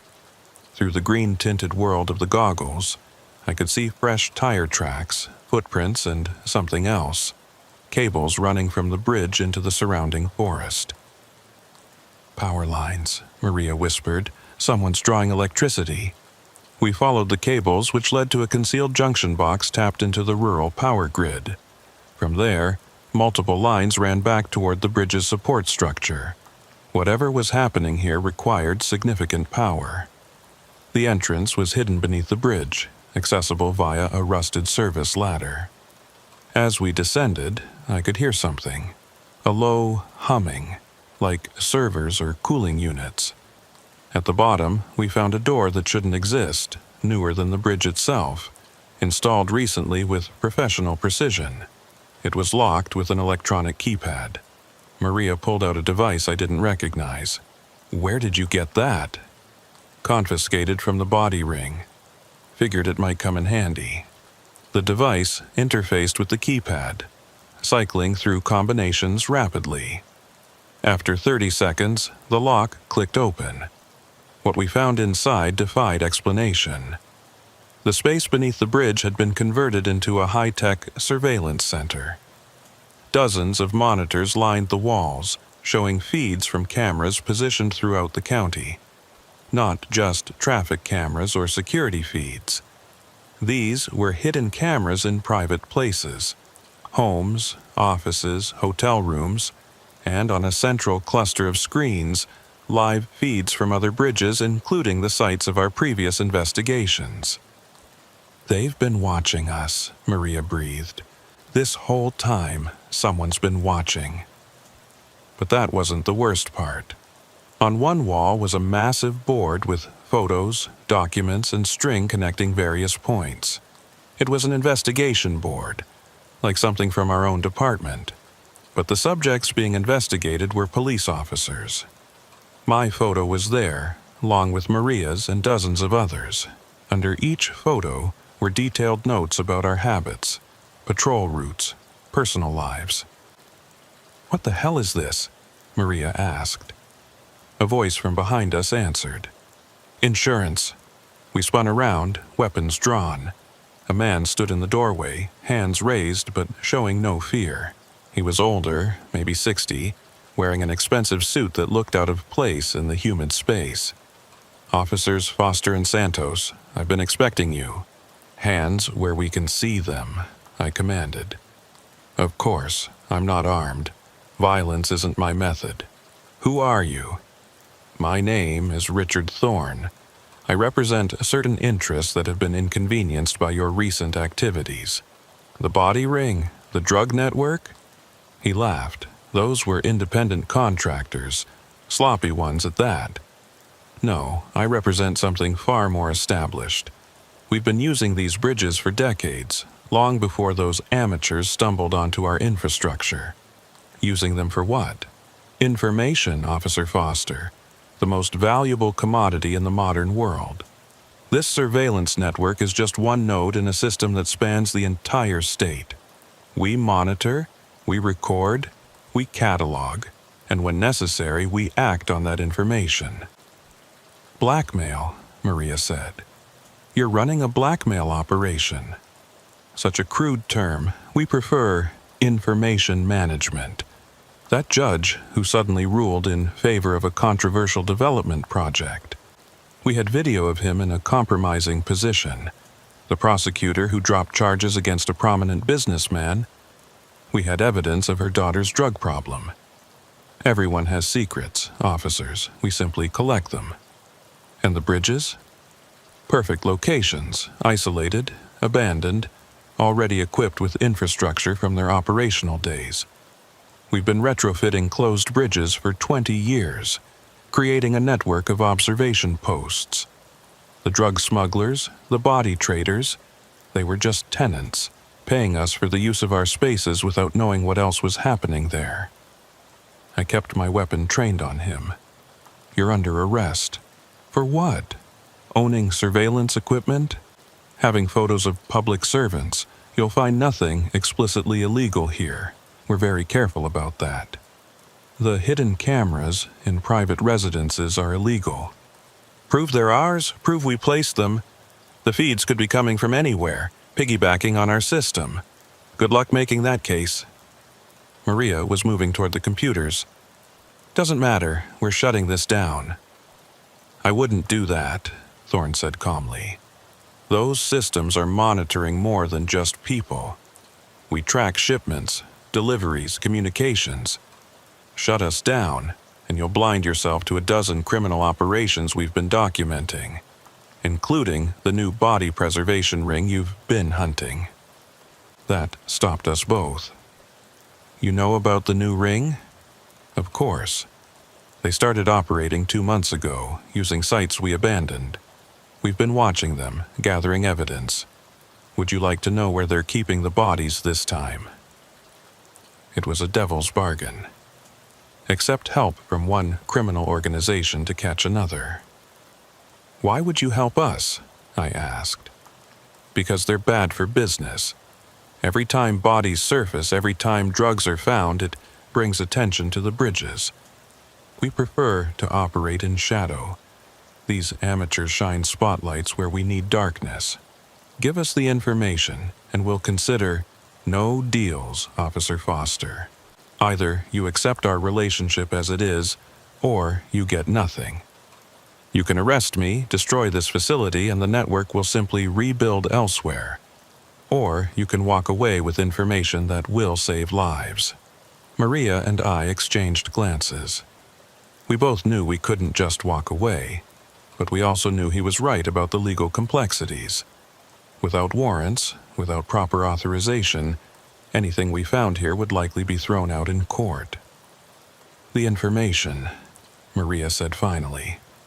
Give it to us. Thorne smiled and moved to one of the computers. The new preservation ring is operating from the abandoned meat packing plant. They've already processed 6 bodies. But here's what should really concern you. They have 3 living victims they're planning to process tomorrow night. He showed us surveillance footage from inside the plant. The images were clear. People in medical gear working on bodies, and in a separate room, 3 people bound and gagged, very much alive. Why tomorrow night? I asked. Because that's when their buyer arrives. Someone calling themselves the Collector. Not the same as the curator you arrested. This one has different tastes. They want to watch the preservation process happen. My stomach turned. Address. Thorne wrote it down, along with details about security, personnel, and timing. 12 hours, officers. That's how long those people have. We had no choice. We took the information and left, but not before Thorne gave us one final warning. We're everywhere, officers. Every closed bridge, every abandoned building, every forgotten space in the urban infrastructure. We watch, we listen, we record. Remember that. Outside, Maria and I sat in her car, processing what we'd just learned. We can't let them continue, she said. We can't stop them without proof. The people at the meatpacking plant, we saved them. But Thorne and his network, that's a bigger problem. We called in the raid on the meatpacking plant, using the information Thorne had provided, but claiming it came from an anonymous tip. The raid was successful. 3 people saved, 4 arrested, bodies recovered. The new preservation ring was shut down before it could fully establish itself. But I couldn't stop thinking about Thorne's network. How many bridges were compromised? How many people were being watched without their knowledge? How deep did the surveillance go? I started my own investigation, off the books. I mapped every closed bridge in the state, cross-referencing with unusual activity reports, unexplained power usage, and missing persons cases. The pattern was clear. At least 30 bridges showed signs of modification. 3 months later, I was investigating one of these bridges alone when I found something that changed everything. Hidden in a maintenance panel was a hard drive containing thousands of hours of surveillance footage. But it wasn't just random civilians being watched. It was police operations, federal investigations, witness protection safe houses. They weren't just collecting blackmail material. They were selling intelligence to criminal organizations, helping them avoid law enforcement, warning them about raids and investigations. The body preservation ring, the drug network, they'd all been customers, paying for information that kept them one step ahead of us. I took the hard drive to the FBI, bypassing local channels entirely. The investigation that followed was massive but quiet. They couldn't move openly against Thorne's network without risking the escape of key players. Instead, they began a counter-surveillance operation, watching the watchers. It took 2 years, but eventually the network was dismantled. 47 people arrested across 5 states, including 3 judges, 2 prosecutors, and 5 police officials who'd been feeding information to Thorne in exchange for blackmail material on their enemies. Thorne himself was never caught. He vanished the night we raided the meatpacking plant, likely warned by someone inside law enforcement. The FBI believes he's operating somewhere else now, building a new network in abandoned infrastructure. The bridges were all properly demolished or sealed after that, their hidden spaces filled with concrete. But I know it's just a temporary solution. There's always another abandoned place, another forgotten corner of infrastructure where shadows can gather and watchers can work. I still patrol the rural routes, still check the places where bridges once stood. Sometimes I find evidence that someone's been there, fresh footprints, disturbed vegetation, the occasional playing card with GPS coordinates. I report them all, but I know we're playing an endless game of cat and mouse with people who've turned surveillance into an art form. Maria left law enforcement entirely, said she couldn't handle knowing that every moment might be watched, recorded, cataloged for future use. I understand her decision, but I stayed. Someone needs to watch the watchers, even if it's a battle we can never truly win. Because that's the real horror, not the drugs or the bodies or the violence. It's the knowledge that privacy is an illusion, that every secret is potentially currency, and that the infrastructure we abandon doesn't stay empty. It fills with shadows and secrets, with people who've learned that information is the ultimate weapon. The bridges are gone, but the network remains somewhere, watching and waiting for the next opportunity to rebuild. And I'll be watching too, waiting for the next playing card, the next set of coordinates, the next glimpse into the darkness that lurks beneath the surface of our everyday world. It's been 5 years since that first call to the Garrett Bridge. 5 years of uncovering horror after horror, each revelation showing me how deep the darkness really goes. I thought I'd seen it all. Drug networks, body traders, surveillance operations. I was wrong. The real truth was worse than anything I could have imagined. It started with Patrick O'Neill calling me at 3 a.m. on a Tuesday. I hadn't heard from him in 2 years, not since he'd made detective. "Stephen, I need to see you. Off the record. It's about the bridges."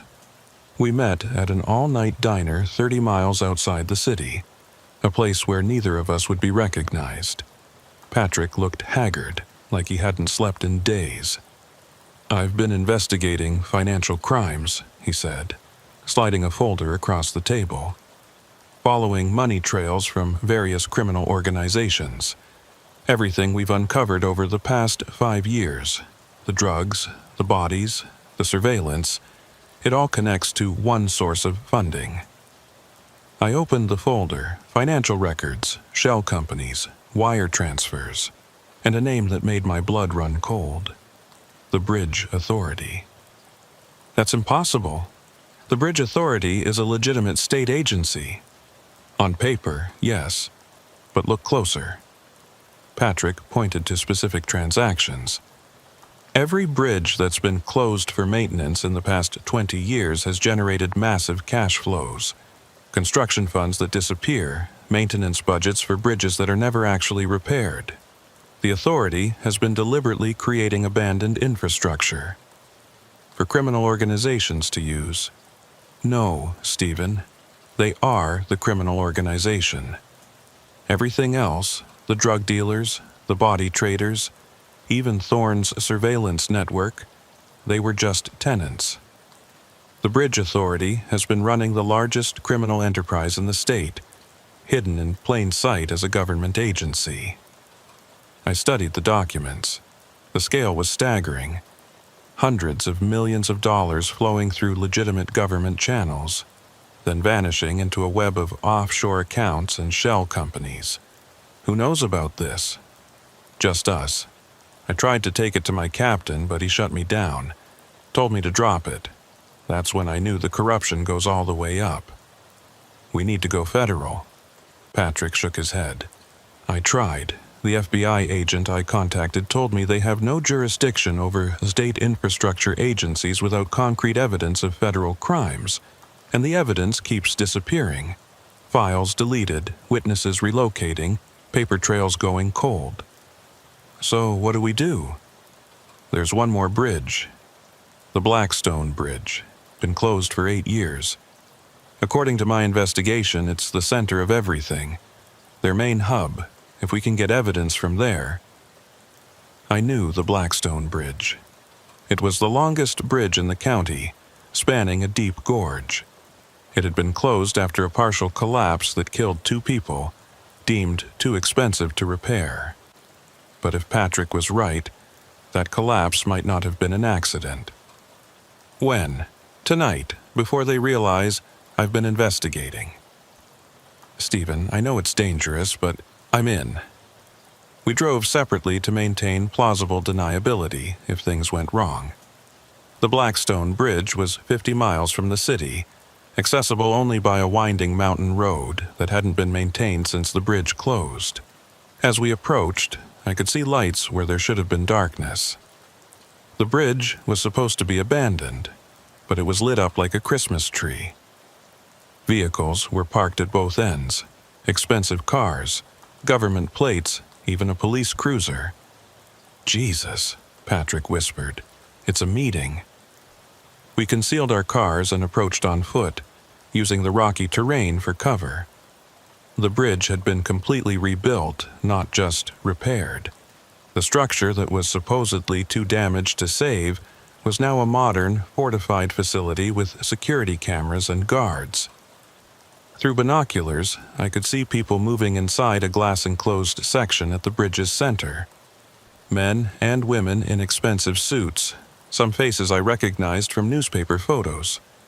City council members, state senators, police brass. "We need to get closer," Patrick said.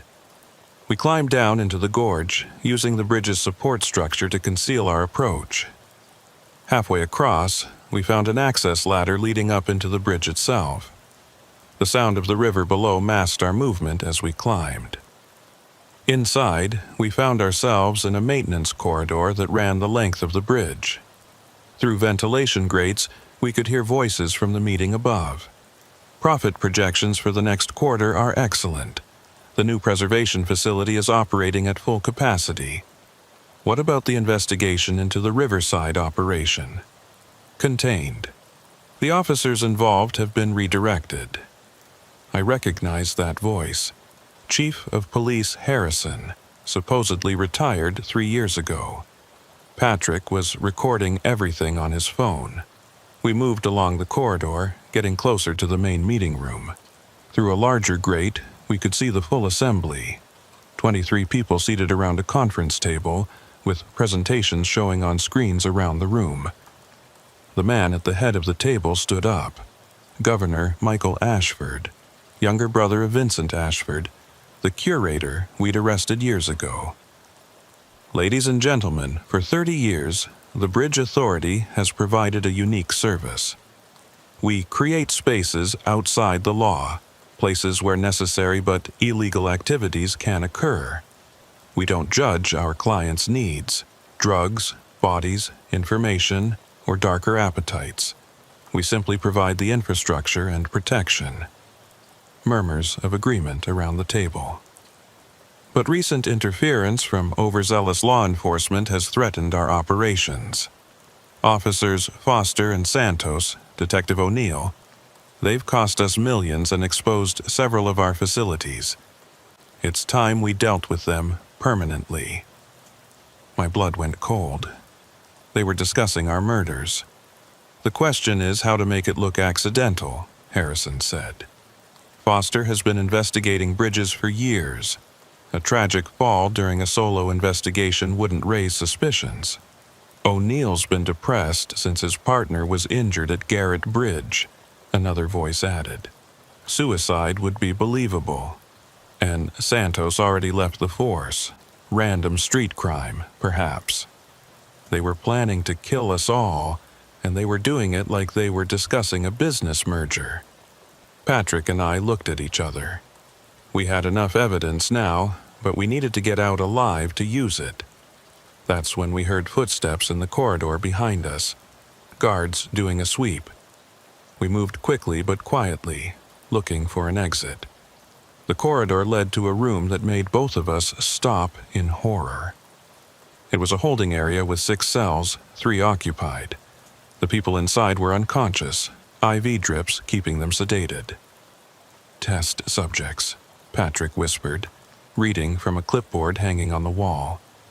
For the new preservation techniques. One of the prisoners looked familiar. It was Agent David from the FBI, the same agent Patrick had contacted about the Bridge Authority. They're not just killing threats, I said.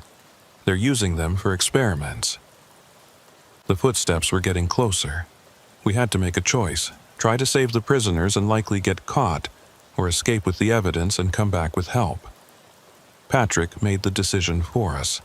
He started opening the cells, removing IVs, trying to wake the prisoners. We can't leave them. Patrick, we need to...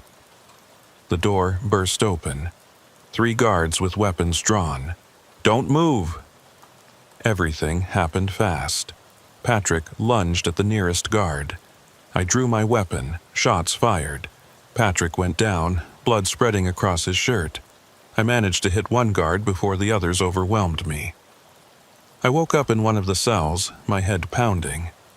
Governor Ashford was standing outside, looking at me with curiosity.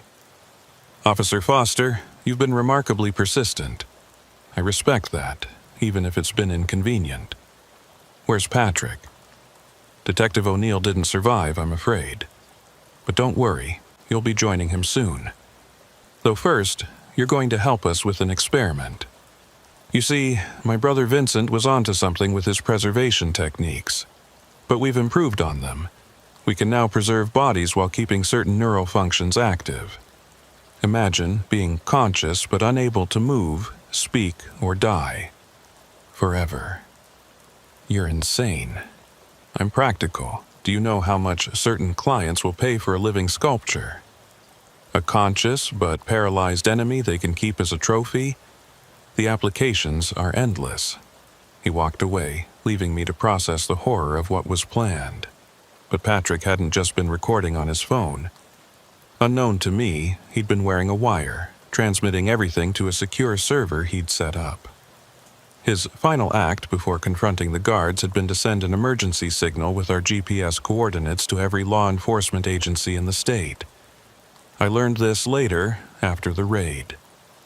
3 hours after Ashford left me in that cell, The bridge was surrounded by federal agents, state police, and military units.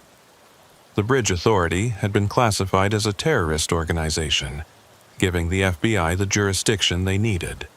The raid was swift and decisive.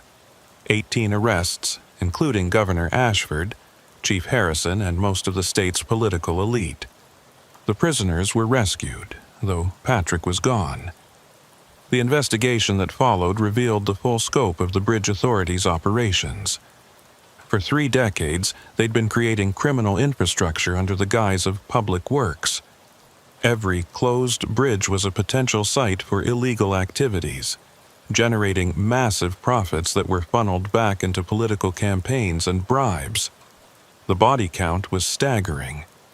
Over 300 people had been processed through their facilities.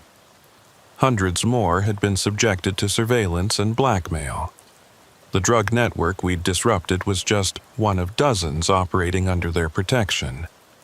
But the most disturbing discovery was the extent of the experimentation. Vincent Ashford's preservation techniques had been refined and weaponized. They'd created a process that could keep a person in suspended animation indefinitely, conscious but paralyzed. 17 victims were found in this state. Some had been that way for years. The trials lasted 2 years. I testified in every one, describing what we'd found, what we'd seen. Governor Ashford got life without parole. The others received sentences ranging from 20 years to life. The Bridge Authority was disbanded, its assets seized, its infrastructure demolished. But I know it's not over. Organizations like this don't just disappear. They evolve, adapt, find new forms. The bridges are gone, but there's always abandoned infrastructure. Always shadows where corruption can take root. I still work the night shift, still patrol the rural routes. But now I'm not just watching for crime. I'm watching for patterns, for signs that something like the Bridge Authority is forming again. Because I learned the hardest lesson of all. The real monsters aren't hiding in the darkness. They're standing in broad daylight, wearing suits and smiles, running the very systems meant to protect us. Patrick O'Neill was posthumously awarded the Medal of Valor.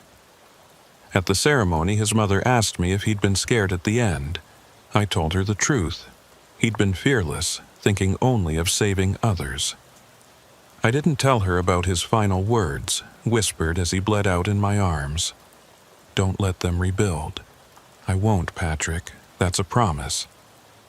The Blackstone Bridge was demolished last month, blown up in a controlled demolition that was broadcast on live television. They called it a symbol of corruption being destroyed, a new beginning for the state. But I was there, watching from the crowd, and I saw something others missed. In the dust and debris, someone had left a playing card, the 3 of diamonds, with new GPS coordinates. The game isn't over. It's just beginning again. I picked up the card and put it in my pocket. Tomorrow, I'll follow those coordinates, see what new horror is brewing in the abandoned places. Because that's what I do now. I stand watch against the darkness, knowing that it's not really darkness at all. It's the shadow cast by those in power, those who've learned that the best place to hide crime is within the law itself. Some nights, when I'm driving past where the bridges used to stand, I think about all the victims. The ones we saved and the ones we didn't. The ones who died quickly and the ones still trapped in that living death. I think about Patrick, about Maria who left to find peace, about Agent David who still wakes up screaming from nightmares of his captivity. But mostly, I think about the next bridge. Because there's always a next bridge. Always another piece of infrastructure being abandoned. Always another shadow where monsters can grow. And someone has to be there when they do. Someone has to remember what we learned at the cost of so much blood. The most dangerous criminals aren't the ones hiding from the law. They're the ones who write it. The radio crackles to life. Another call, another abandoned place, another mystery in the darkness. Unit 17 responding, I say, turning my patrol car toward whatever horror awaits. Because that's what I do. I answer the calls that come in the night, investigate the abandoned places, and stand witness to the darkness that lurks beneath the surface of our civilized world. The bridges may be gone, but their legacy remains. In every abandoned building, every closed road, every forgotten corner where shadows gather and monsters meet. And I'll be there, watching, waiting, remembering Patrick's final words.